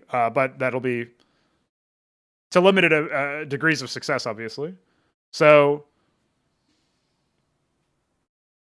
it has a disproportionately positive effect when dealing with supplicants because they are more likely to take more damage individually from AoE attacks, or more damage relative to their maximum HP pool, you could say. But also just more damage because they have less armor than avatars on average. So it would be more useful in against supplicants or against miscreants than it would be against avatars in general. Now, again, that goes out the window if you have like a summoner avatar or you have an avatar that's otherwise like leveraging allies, or the battle is taking place without just avatars in the battle, where there's like miscreants or supplicants in the battle as well. So yes, in many situations, your massacre player or players will be able to contribute positively to the team fight, but that's not what they're specialized for. Nemesis is specialized for team fights as a damage dealer. You'll get like irises that can specialize for combat disruption against avatars, or just more broadly speaking against anything, and thus be useful in a team fight. You'll have shepherds that can support in a team fight, architects that can tank in a team fight. I guess tyrants would be a little bit less useful depending on which they are, but that's why they're mostly they're like can be potent split pushers and stuff like that. So there's all sorts of different roles that you set yourself up for. And obviously you can itemize to offset some of the weaknesses of your role instead of enhancing the strengths, right?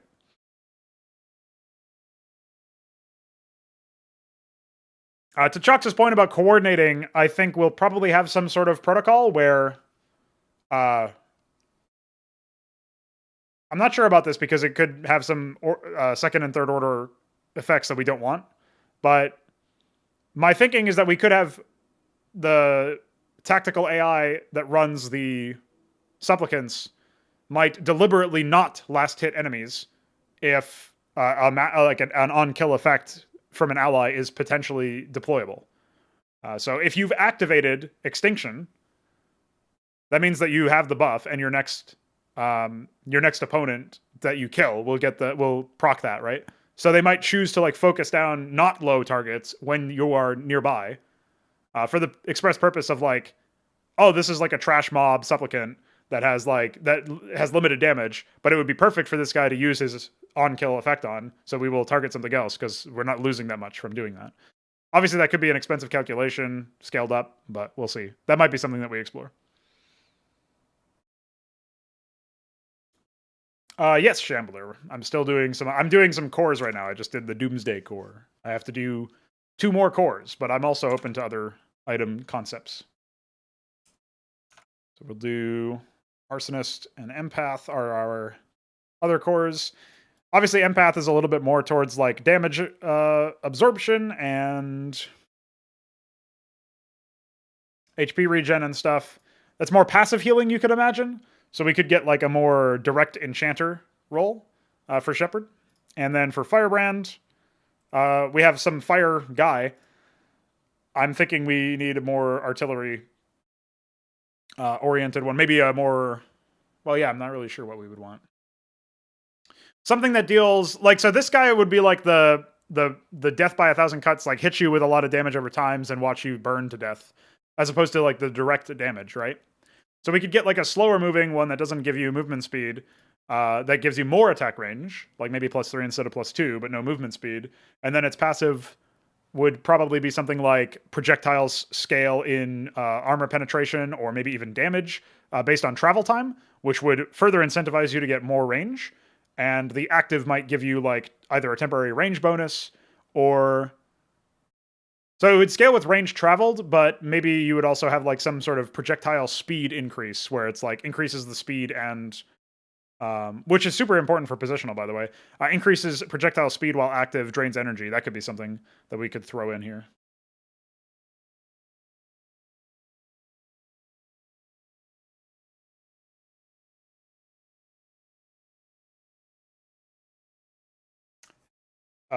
Yeah, like supplicants are meant to be more intelligent than the mindless creeps you see in other MOBAs for sure. And they are essentially the corollary to a minion or something from Dota or from League. So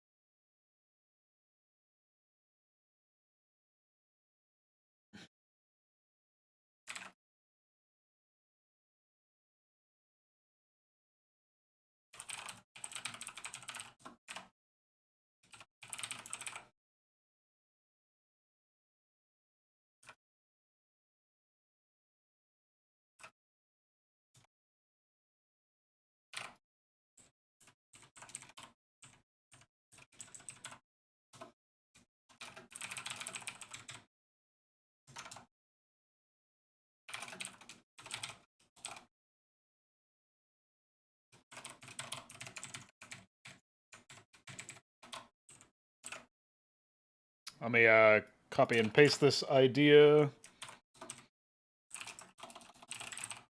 So I don't lose it.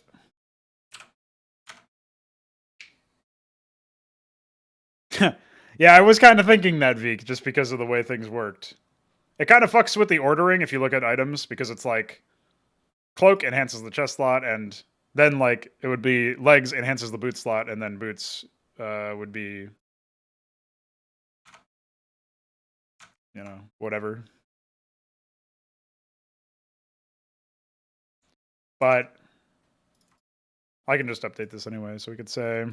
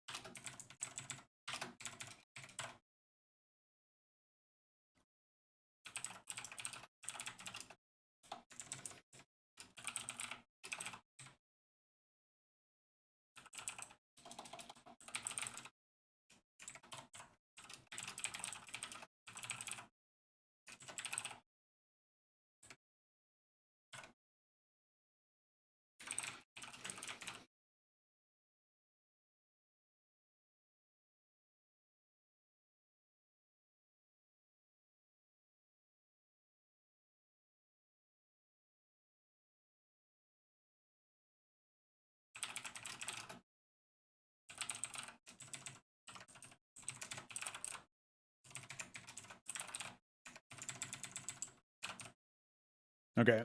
I think that covers everything here. So we'll say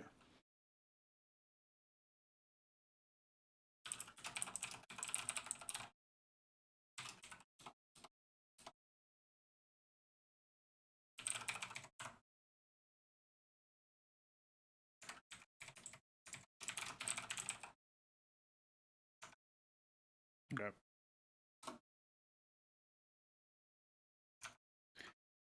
Seems fine.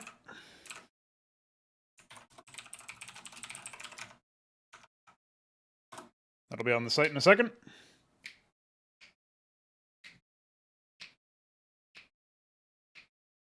Well, I haven't really decided on that. That's one of the ideas that Kian came up with when we were in the, and also just talking, you were in the, for that conversation as well. You'll see the scratch pad here. There's a commented area, and it says, I've updated this idea. It was before it was like a core. I forget what it was like. It was basically a core enhancement slot or something. But here it's like secondary core socket, which would allow players to purchase an additional core and insert it as a socket, providing some limited amount of benefit without sacrificing the core you already have equipped. The similar, or like the simpler method would just be creating a core augment. Like a specialized slot. Excuse me. Can't speak the English language.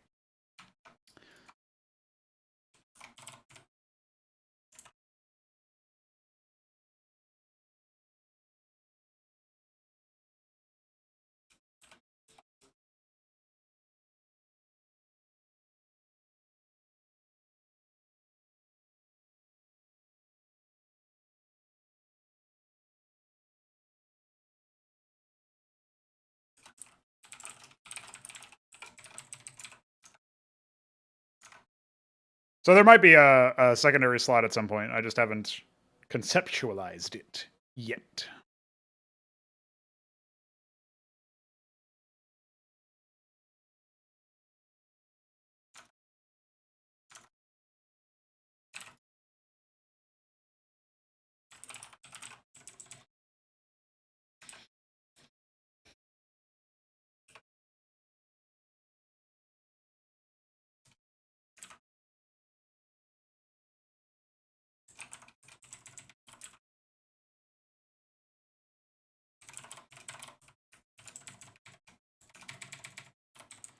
So I forget what I just talked about this and planned it, and it was like,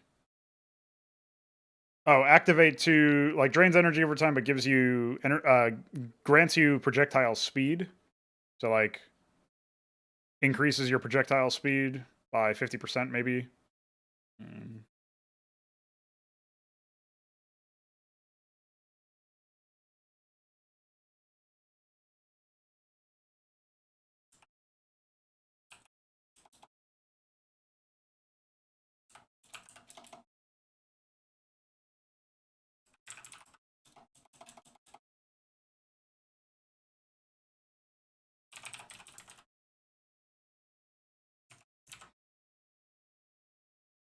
And then the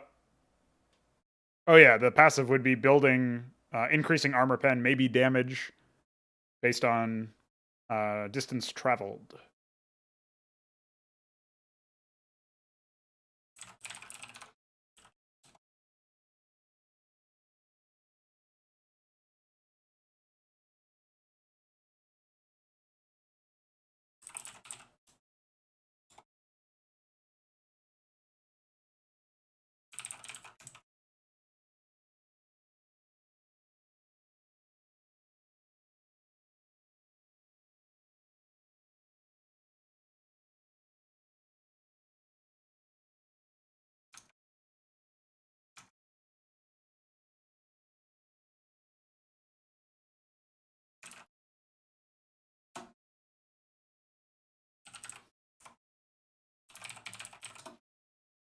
That's overclock.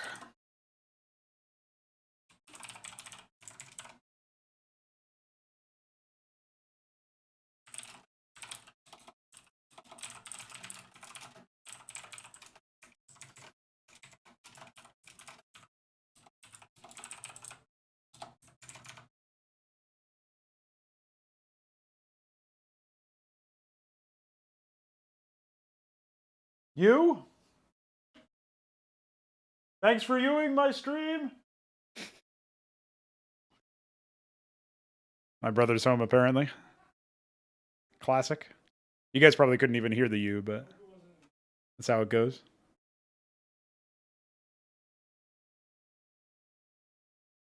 Anybody who had this on in the background was very confused.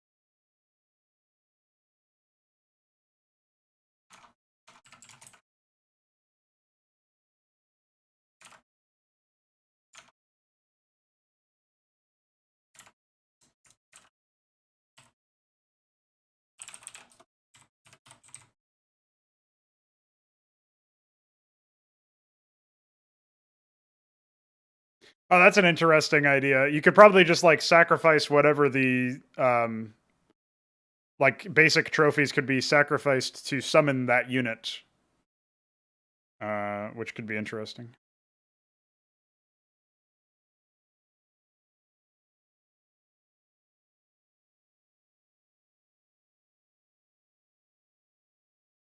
We need to do some UI for that to make sure it's good, but it could definitely work.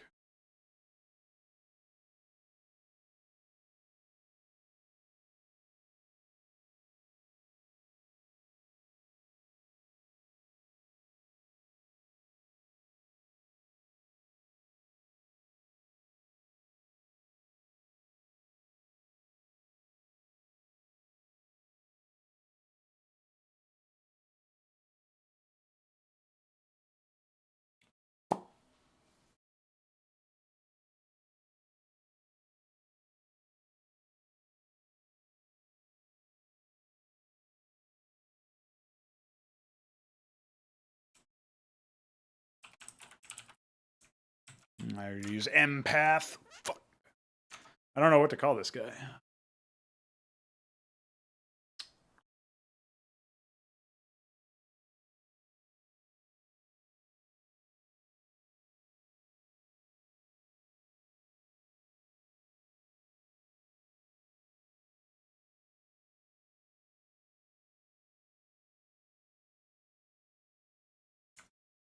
This is where I'll take a look at these bulb.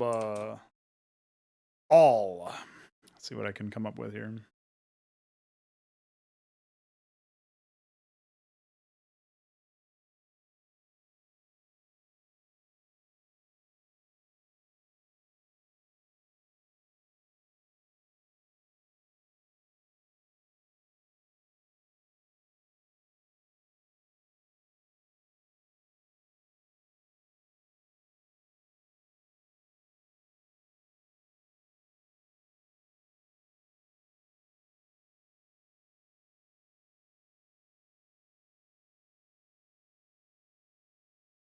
Corpse possession, you say? I could totally see a high-end core doing that. It would probably not be possession, though. It would probably be raising dead, and that would be like a necromantic core for Tyrant tier 2 or something.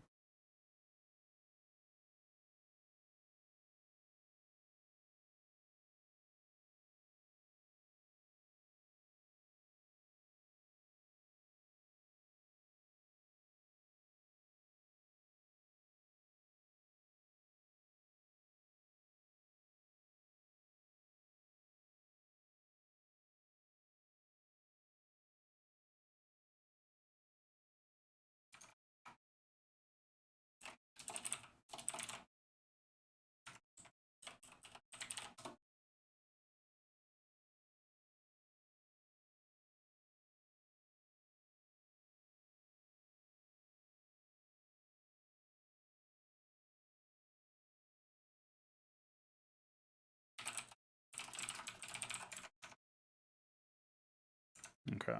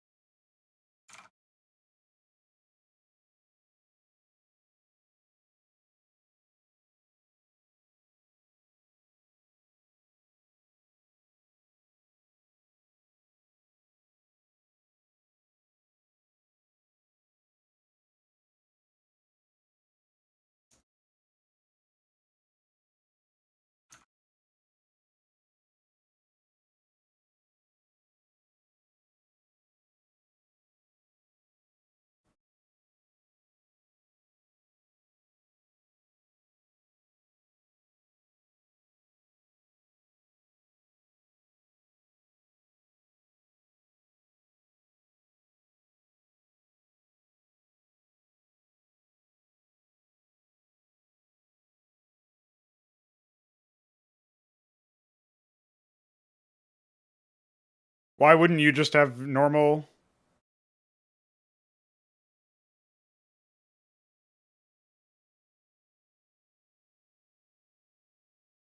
Like, you should just be able to use the minions like a normal RTS game, I think. I don't really see... It's not like we're twin sticking, so...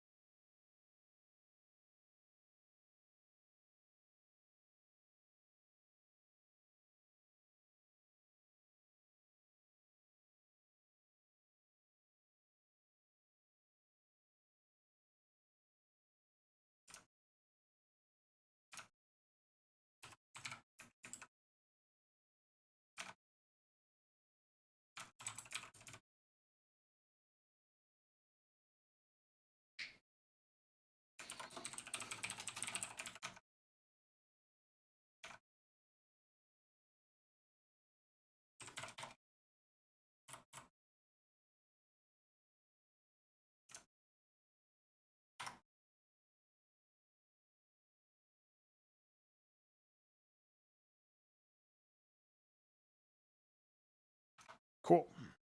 One more to go, boys! And then I can do those other items.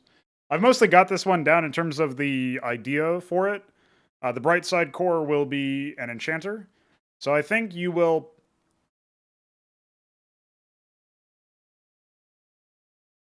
Okay. Yeah, you should be able to. I mean, they'll have like pretty... I don't think they will be automated, basically. So they won't... It's not going to be like they have tactical AI. When you drop them, you'll be able to control them.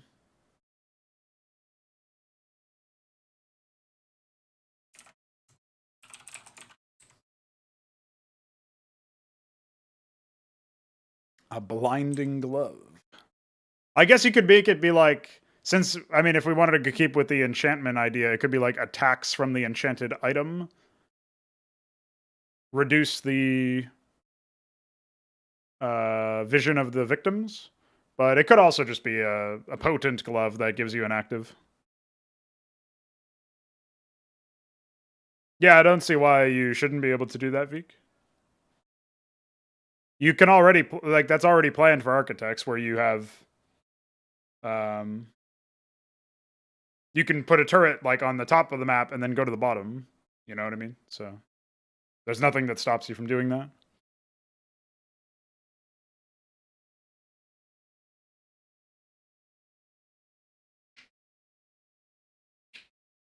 Never played any of the... Oh, no, it's just one game. I haven't played Hearts of Iron. I find games that are operating at without actually any gameplay to be pretty boring. I know that's probably a controversial opinion, but...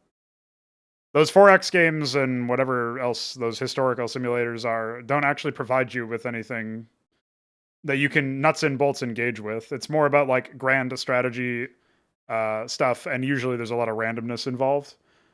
But as far as specifically millions of troops, I would prefer to have significant precision with all of my troop movements and consistent mechanics to engage with. You don't have any precision in those games because you just move units of fucking text, basically. That's like, oh, this is 1 million units. So I don't see what the point is. If I can't micro my shit, get it out. Bye. That's my take. A lot of those 4Xs and simulators do feel like spreadsheets, yeah. Like EVE Online and shit. Although that's not really a 4X, but it has a lot of elements to it that are not very gamey, if you know what I mean. And obviously, anything that includes RNG is a no-no.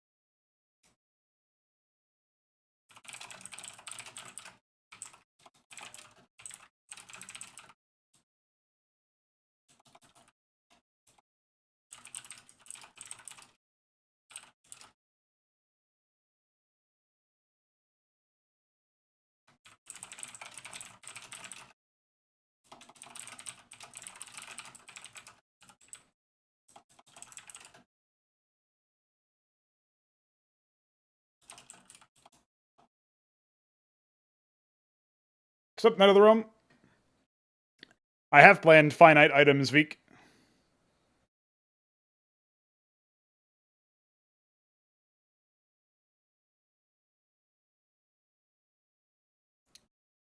As long as your randomness isn't,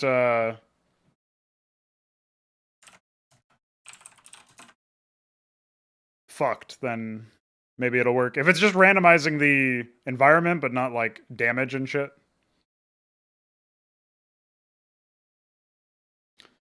I mean, the problem with blinding is that you only have one unit, so it's not like the blind in Cosmonarchy Brood War, where blinded targets just start, like, wildly attacking nearby stuff, and even that feels... It's not really random, because it's, like, based on the nearest target, but it feels kind of random because of the scale we're operating on.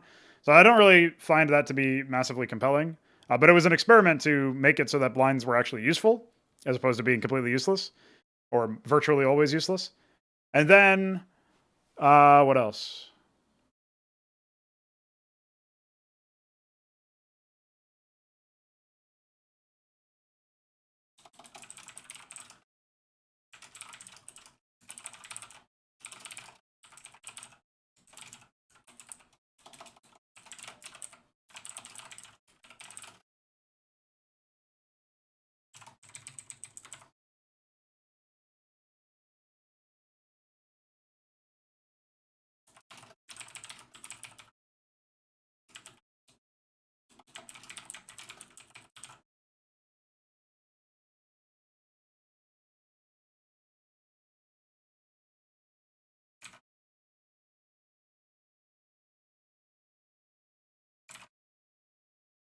Oops.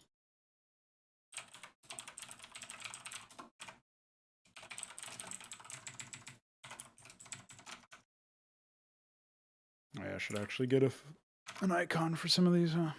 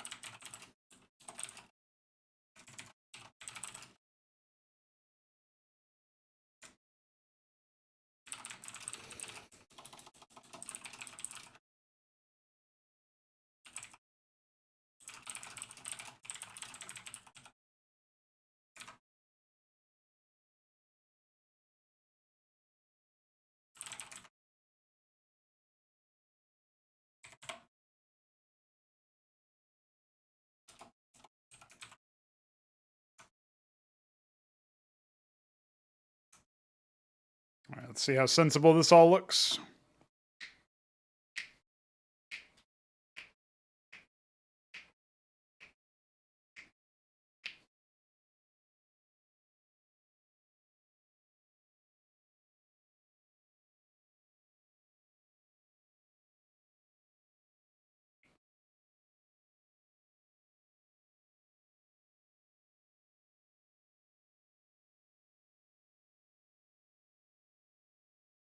Yeah, I guess that could be an interesting, that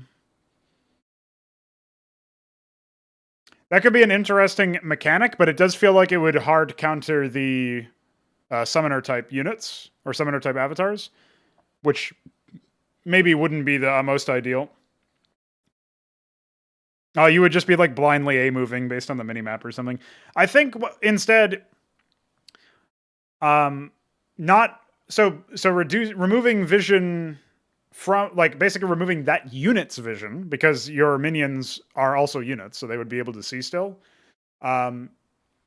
Removing that unit's vision that is blinded down to like really short, you know, like reducing it down to 2, would be fine. the way detection works is that it has to be, the cloaked unit has to be within the vision radius anyway. So you would mostly remove their ability to detect if they had it, and that's fine. So that would basically be how the blinds work, I think. But it would have to be like a skill shot, like just the way that it has to be deployed. That sort of debuff needs to be very impactful. Now, the alternative to a blind would basically be a malfunction of the weapon, and that would stop you from being able to attack and use weapon-based abilities. And that's sort of like a silence, but for your attacks and some of your abilities. And that would also be like crowd control type effects that would require very specific precision. Like it would have to be a skill shot or like a trap or something that like the enemy doesn't necessarily misplay. It has to be either a good play by you or a misplay by them, and that has to be how it's done. So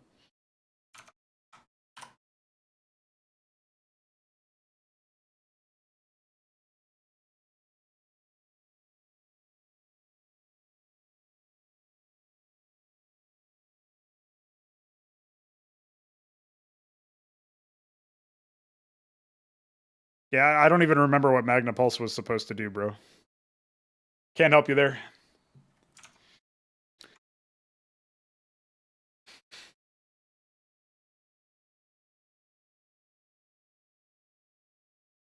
What does number crunching mean in this context, James?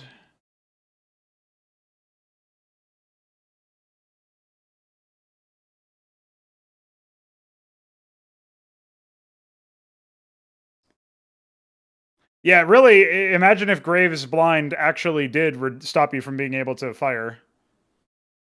Would actually be a useful ability. I mean, I guess it's kind of useful now, but feels pretty junk, TBH.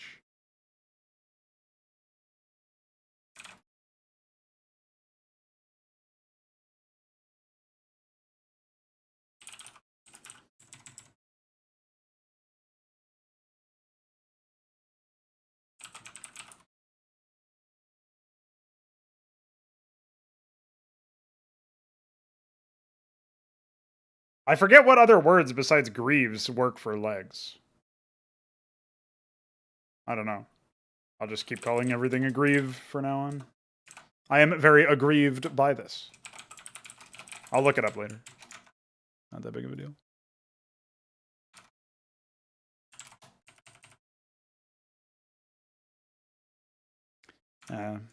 Chances are pretty annoying.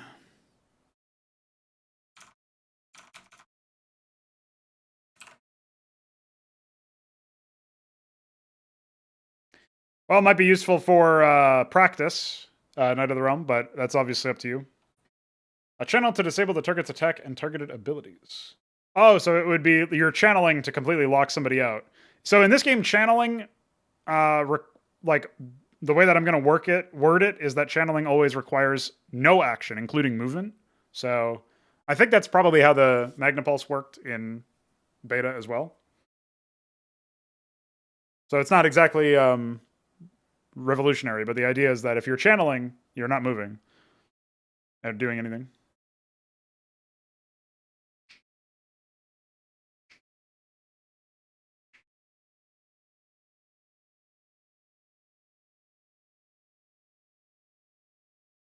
Well, every attack can target ground in all of my games, so that doesn't exactly stop the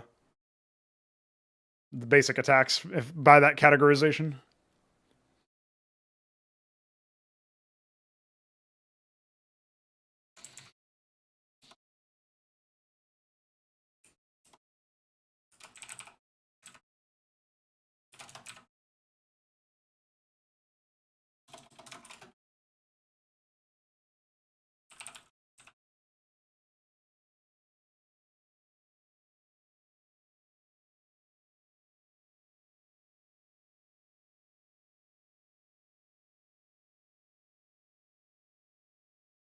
You think so, Knight of the Realm? I was never sure about how much of the skill building you were able to do, but I guess you could just keep doing exercises or whatever until then.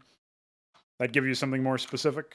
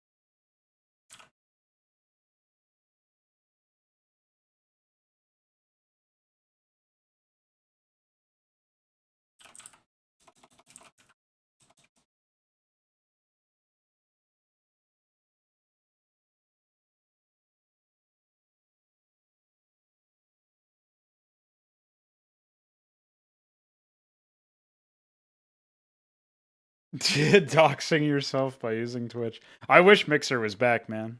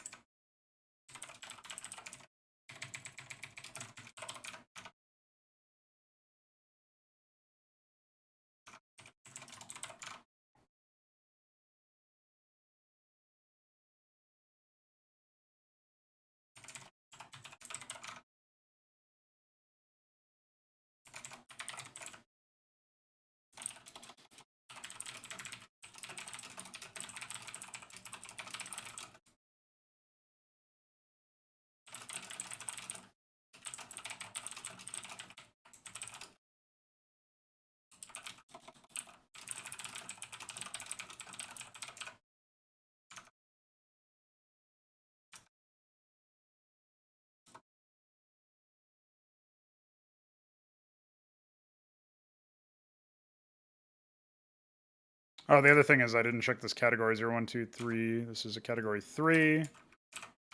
And tier 1, yeah, that's fine.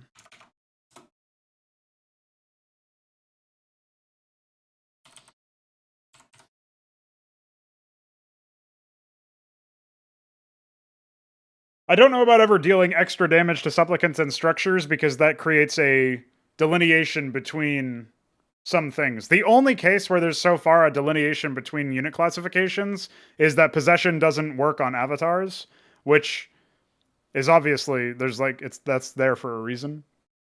That's pretty hard to design around. You basically have to remove possession or make it about death, which is something that Vik had suggested. If you wanted to have a consistent rule for that. So maybe I still do that. You never know. I don't know what STI cam is.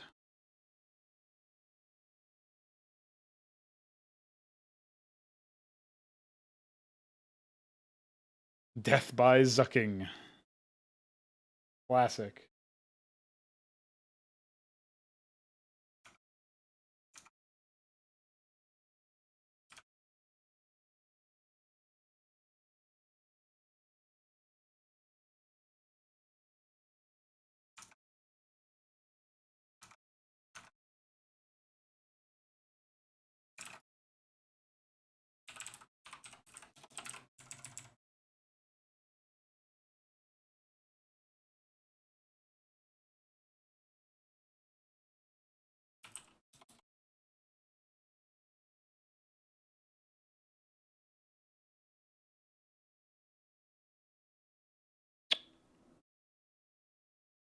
Fuck, what's the term for this? I always forget this.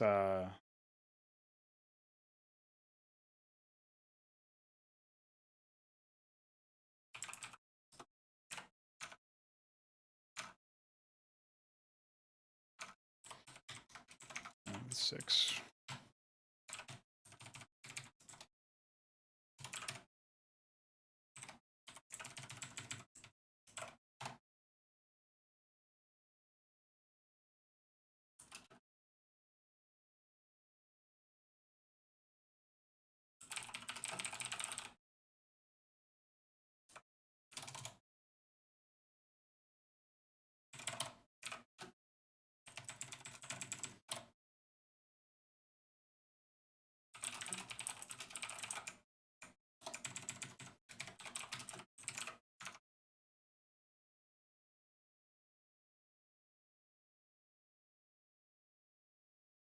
Ah, there it is.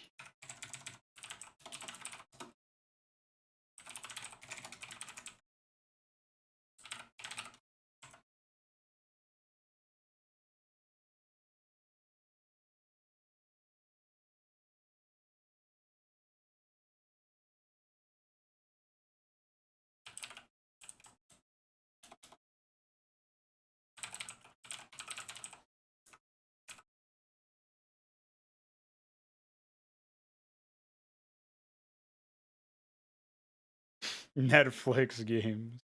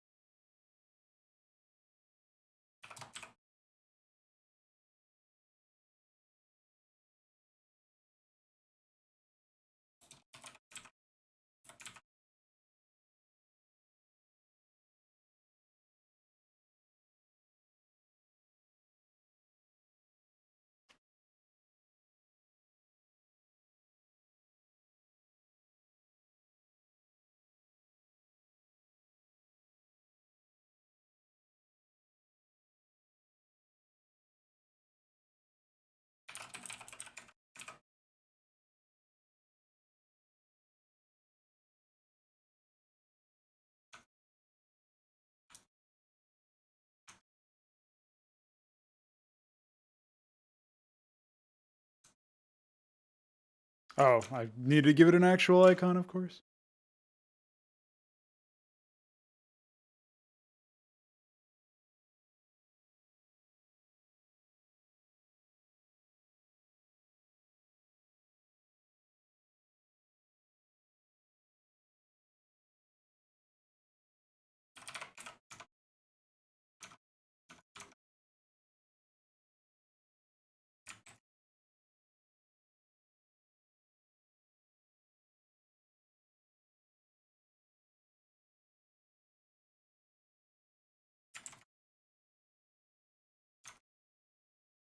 Oops.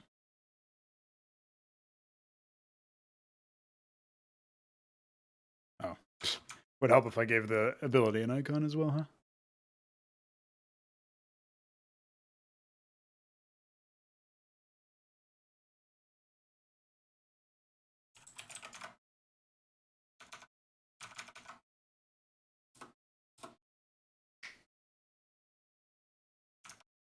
The side menu.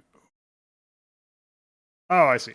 I think that has to be manually configured in index.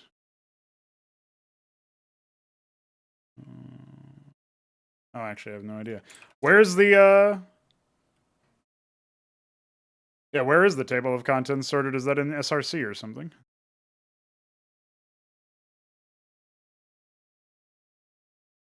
Oh, that ain't it. Maybe here?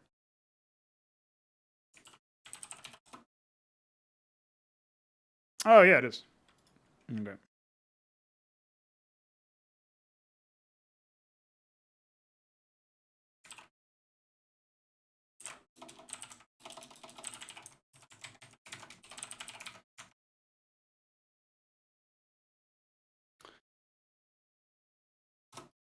See if that fixes it.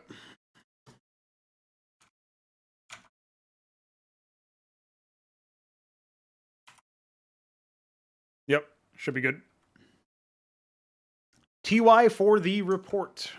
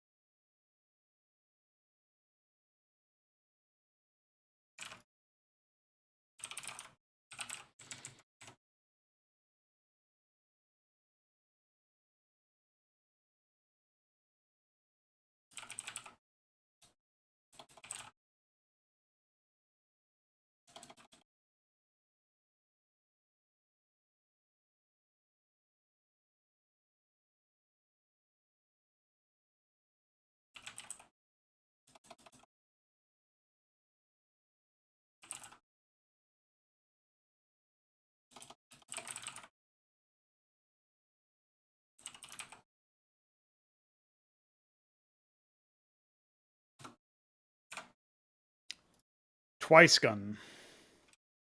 Don't like twice gun? The fuck, bro?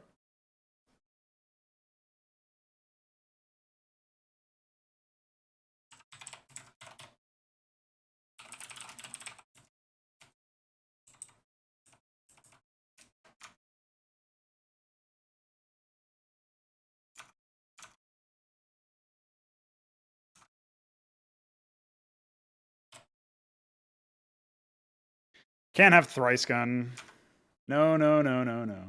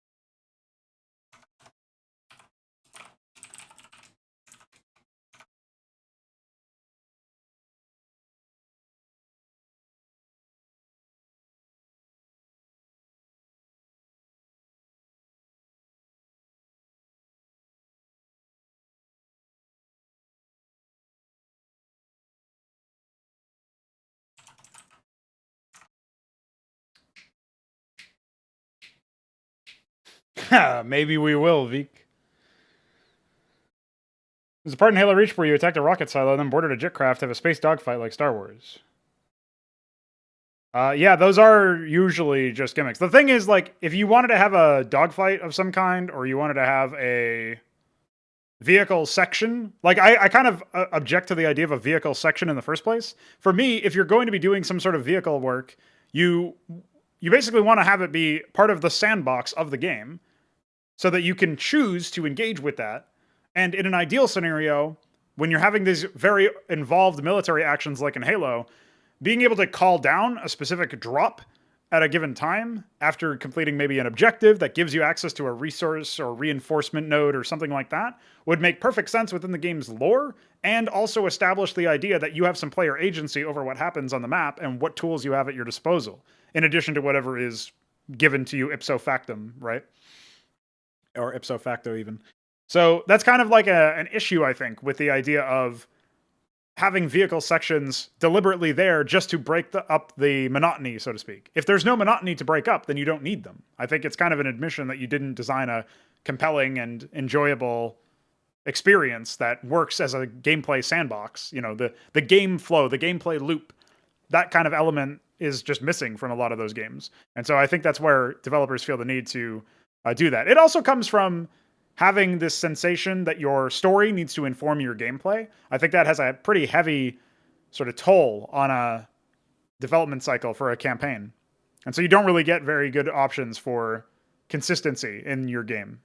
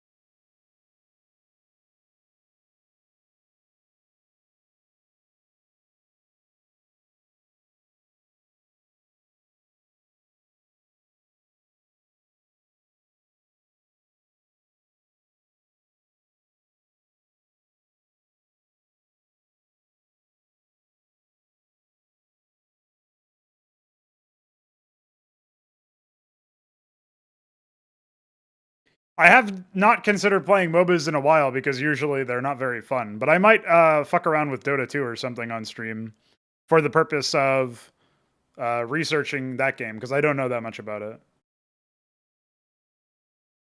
Maybe I'll see if they've got like player onboarding and stuff. I've played it for like 80 minutes or something, like really some small amount of time.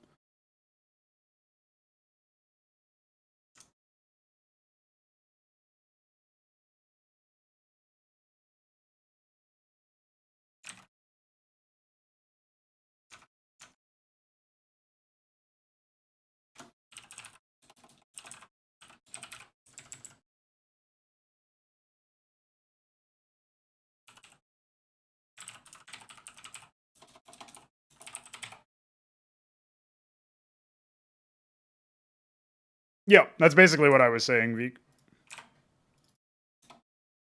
But it does seem like it would be a bit of an endeavor, if you know what I mean.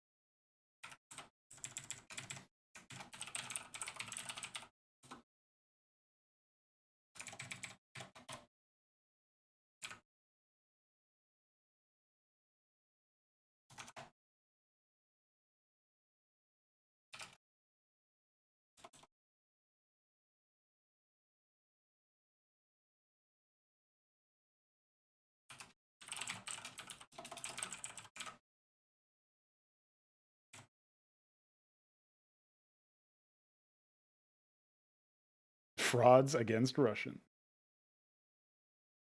Yeah, I'd probably do some streams of their onboarding content first, and then maybe take a look at, like, just literally a stream where I'm looking through their items. It would be very dry, but it might be instructive.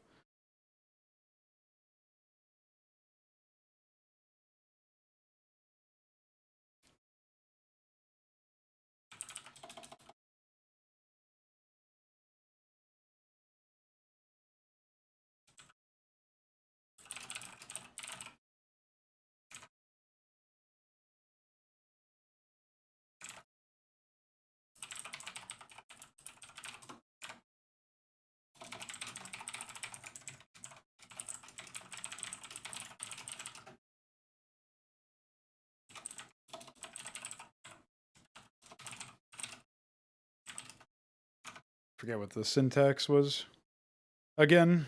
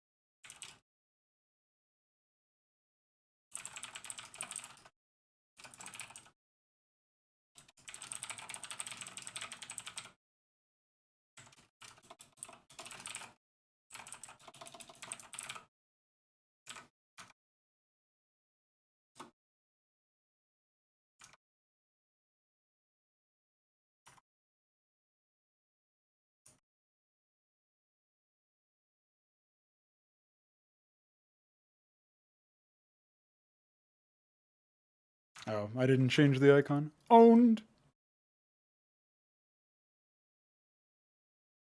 Just need a flashbang icon from CSGO, obviously.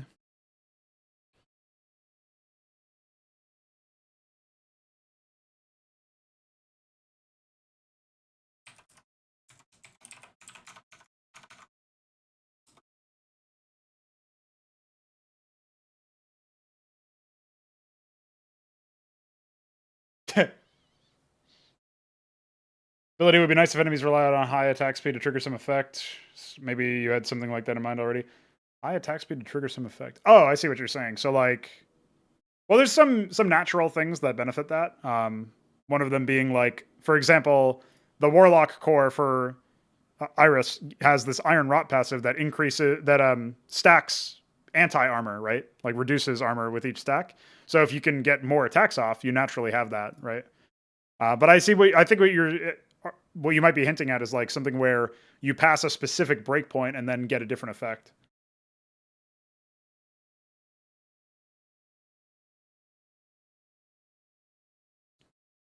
We are trying to avoid stuff like that, yeah, generally. Basically, the way that I think I talked about this on stream.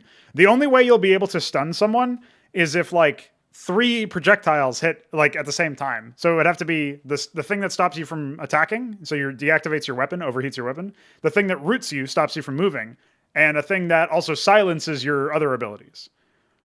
That would be how you would be stunned. And even then, if you have summons or whatever, you can still control them, right?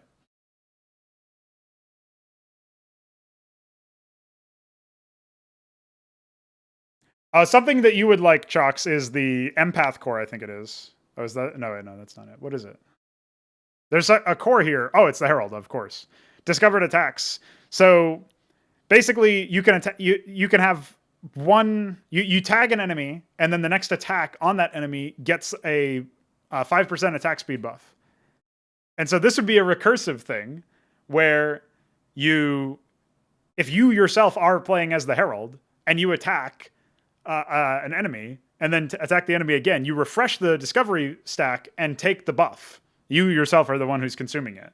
And so you build your own attack speed up over time. So that could be funny if you had like a lot of attack speed already. You just keep getting even harder just by laying into the same guy over and over again.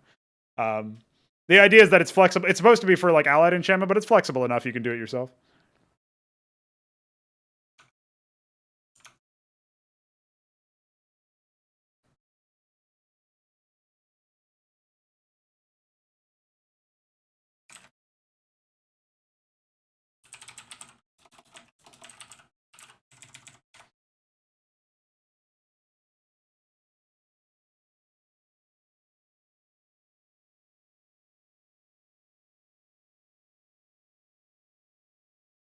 Yeah. Yeah, it's a tap effect, exactly.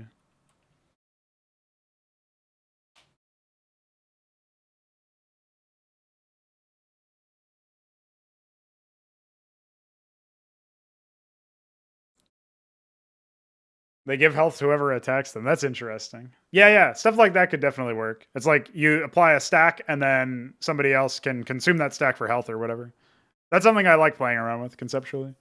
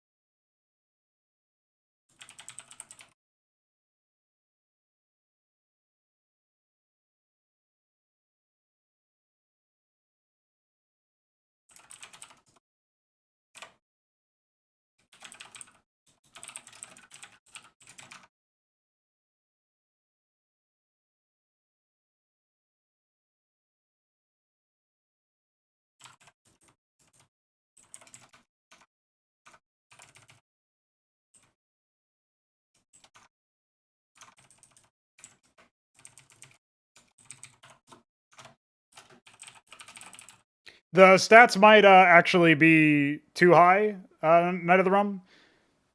So we're just going to need testing for that because right now it's all theoretical. But I am not married to the stats that I've written out for anything necessarily.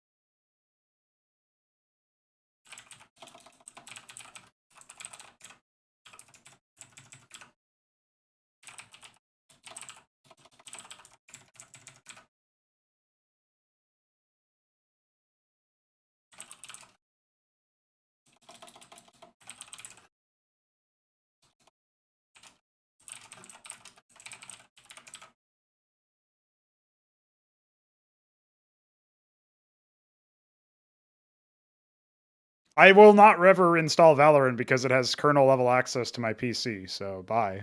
I guess I could put it in a virtual machine or something, but I don't imagine it performs very well, so I don't really want to hurt it any harder.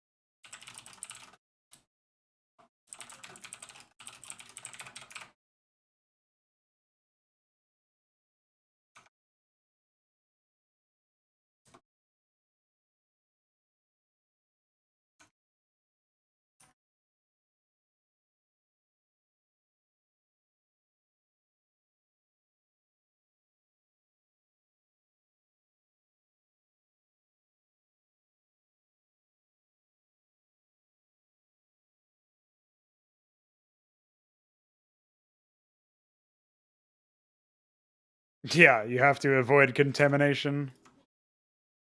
I wasn't sure if you had done that because the anti-cheat information wasn't actually published until after the game came out in beta or whatever. Diablo 2. He's talking about the inventory system that we have. That's actually something he was planning on implementing, like, pretty much, I think it was yesterday or something, but, like, pretty much immediately, so.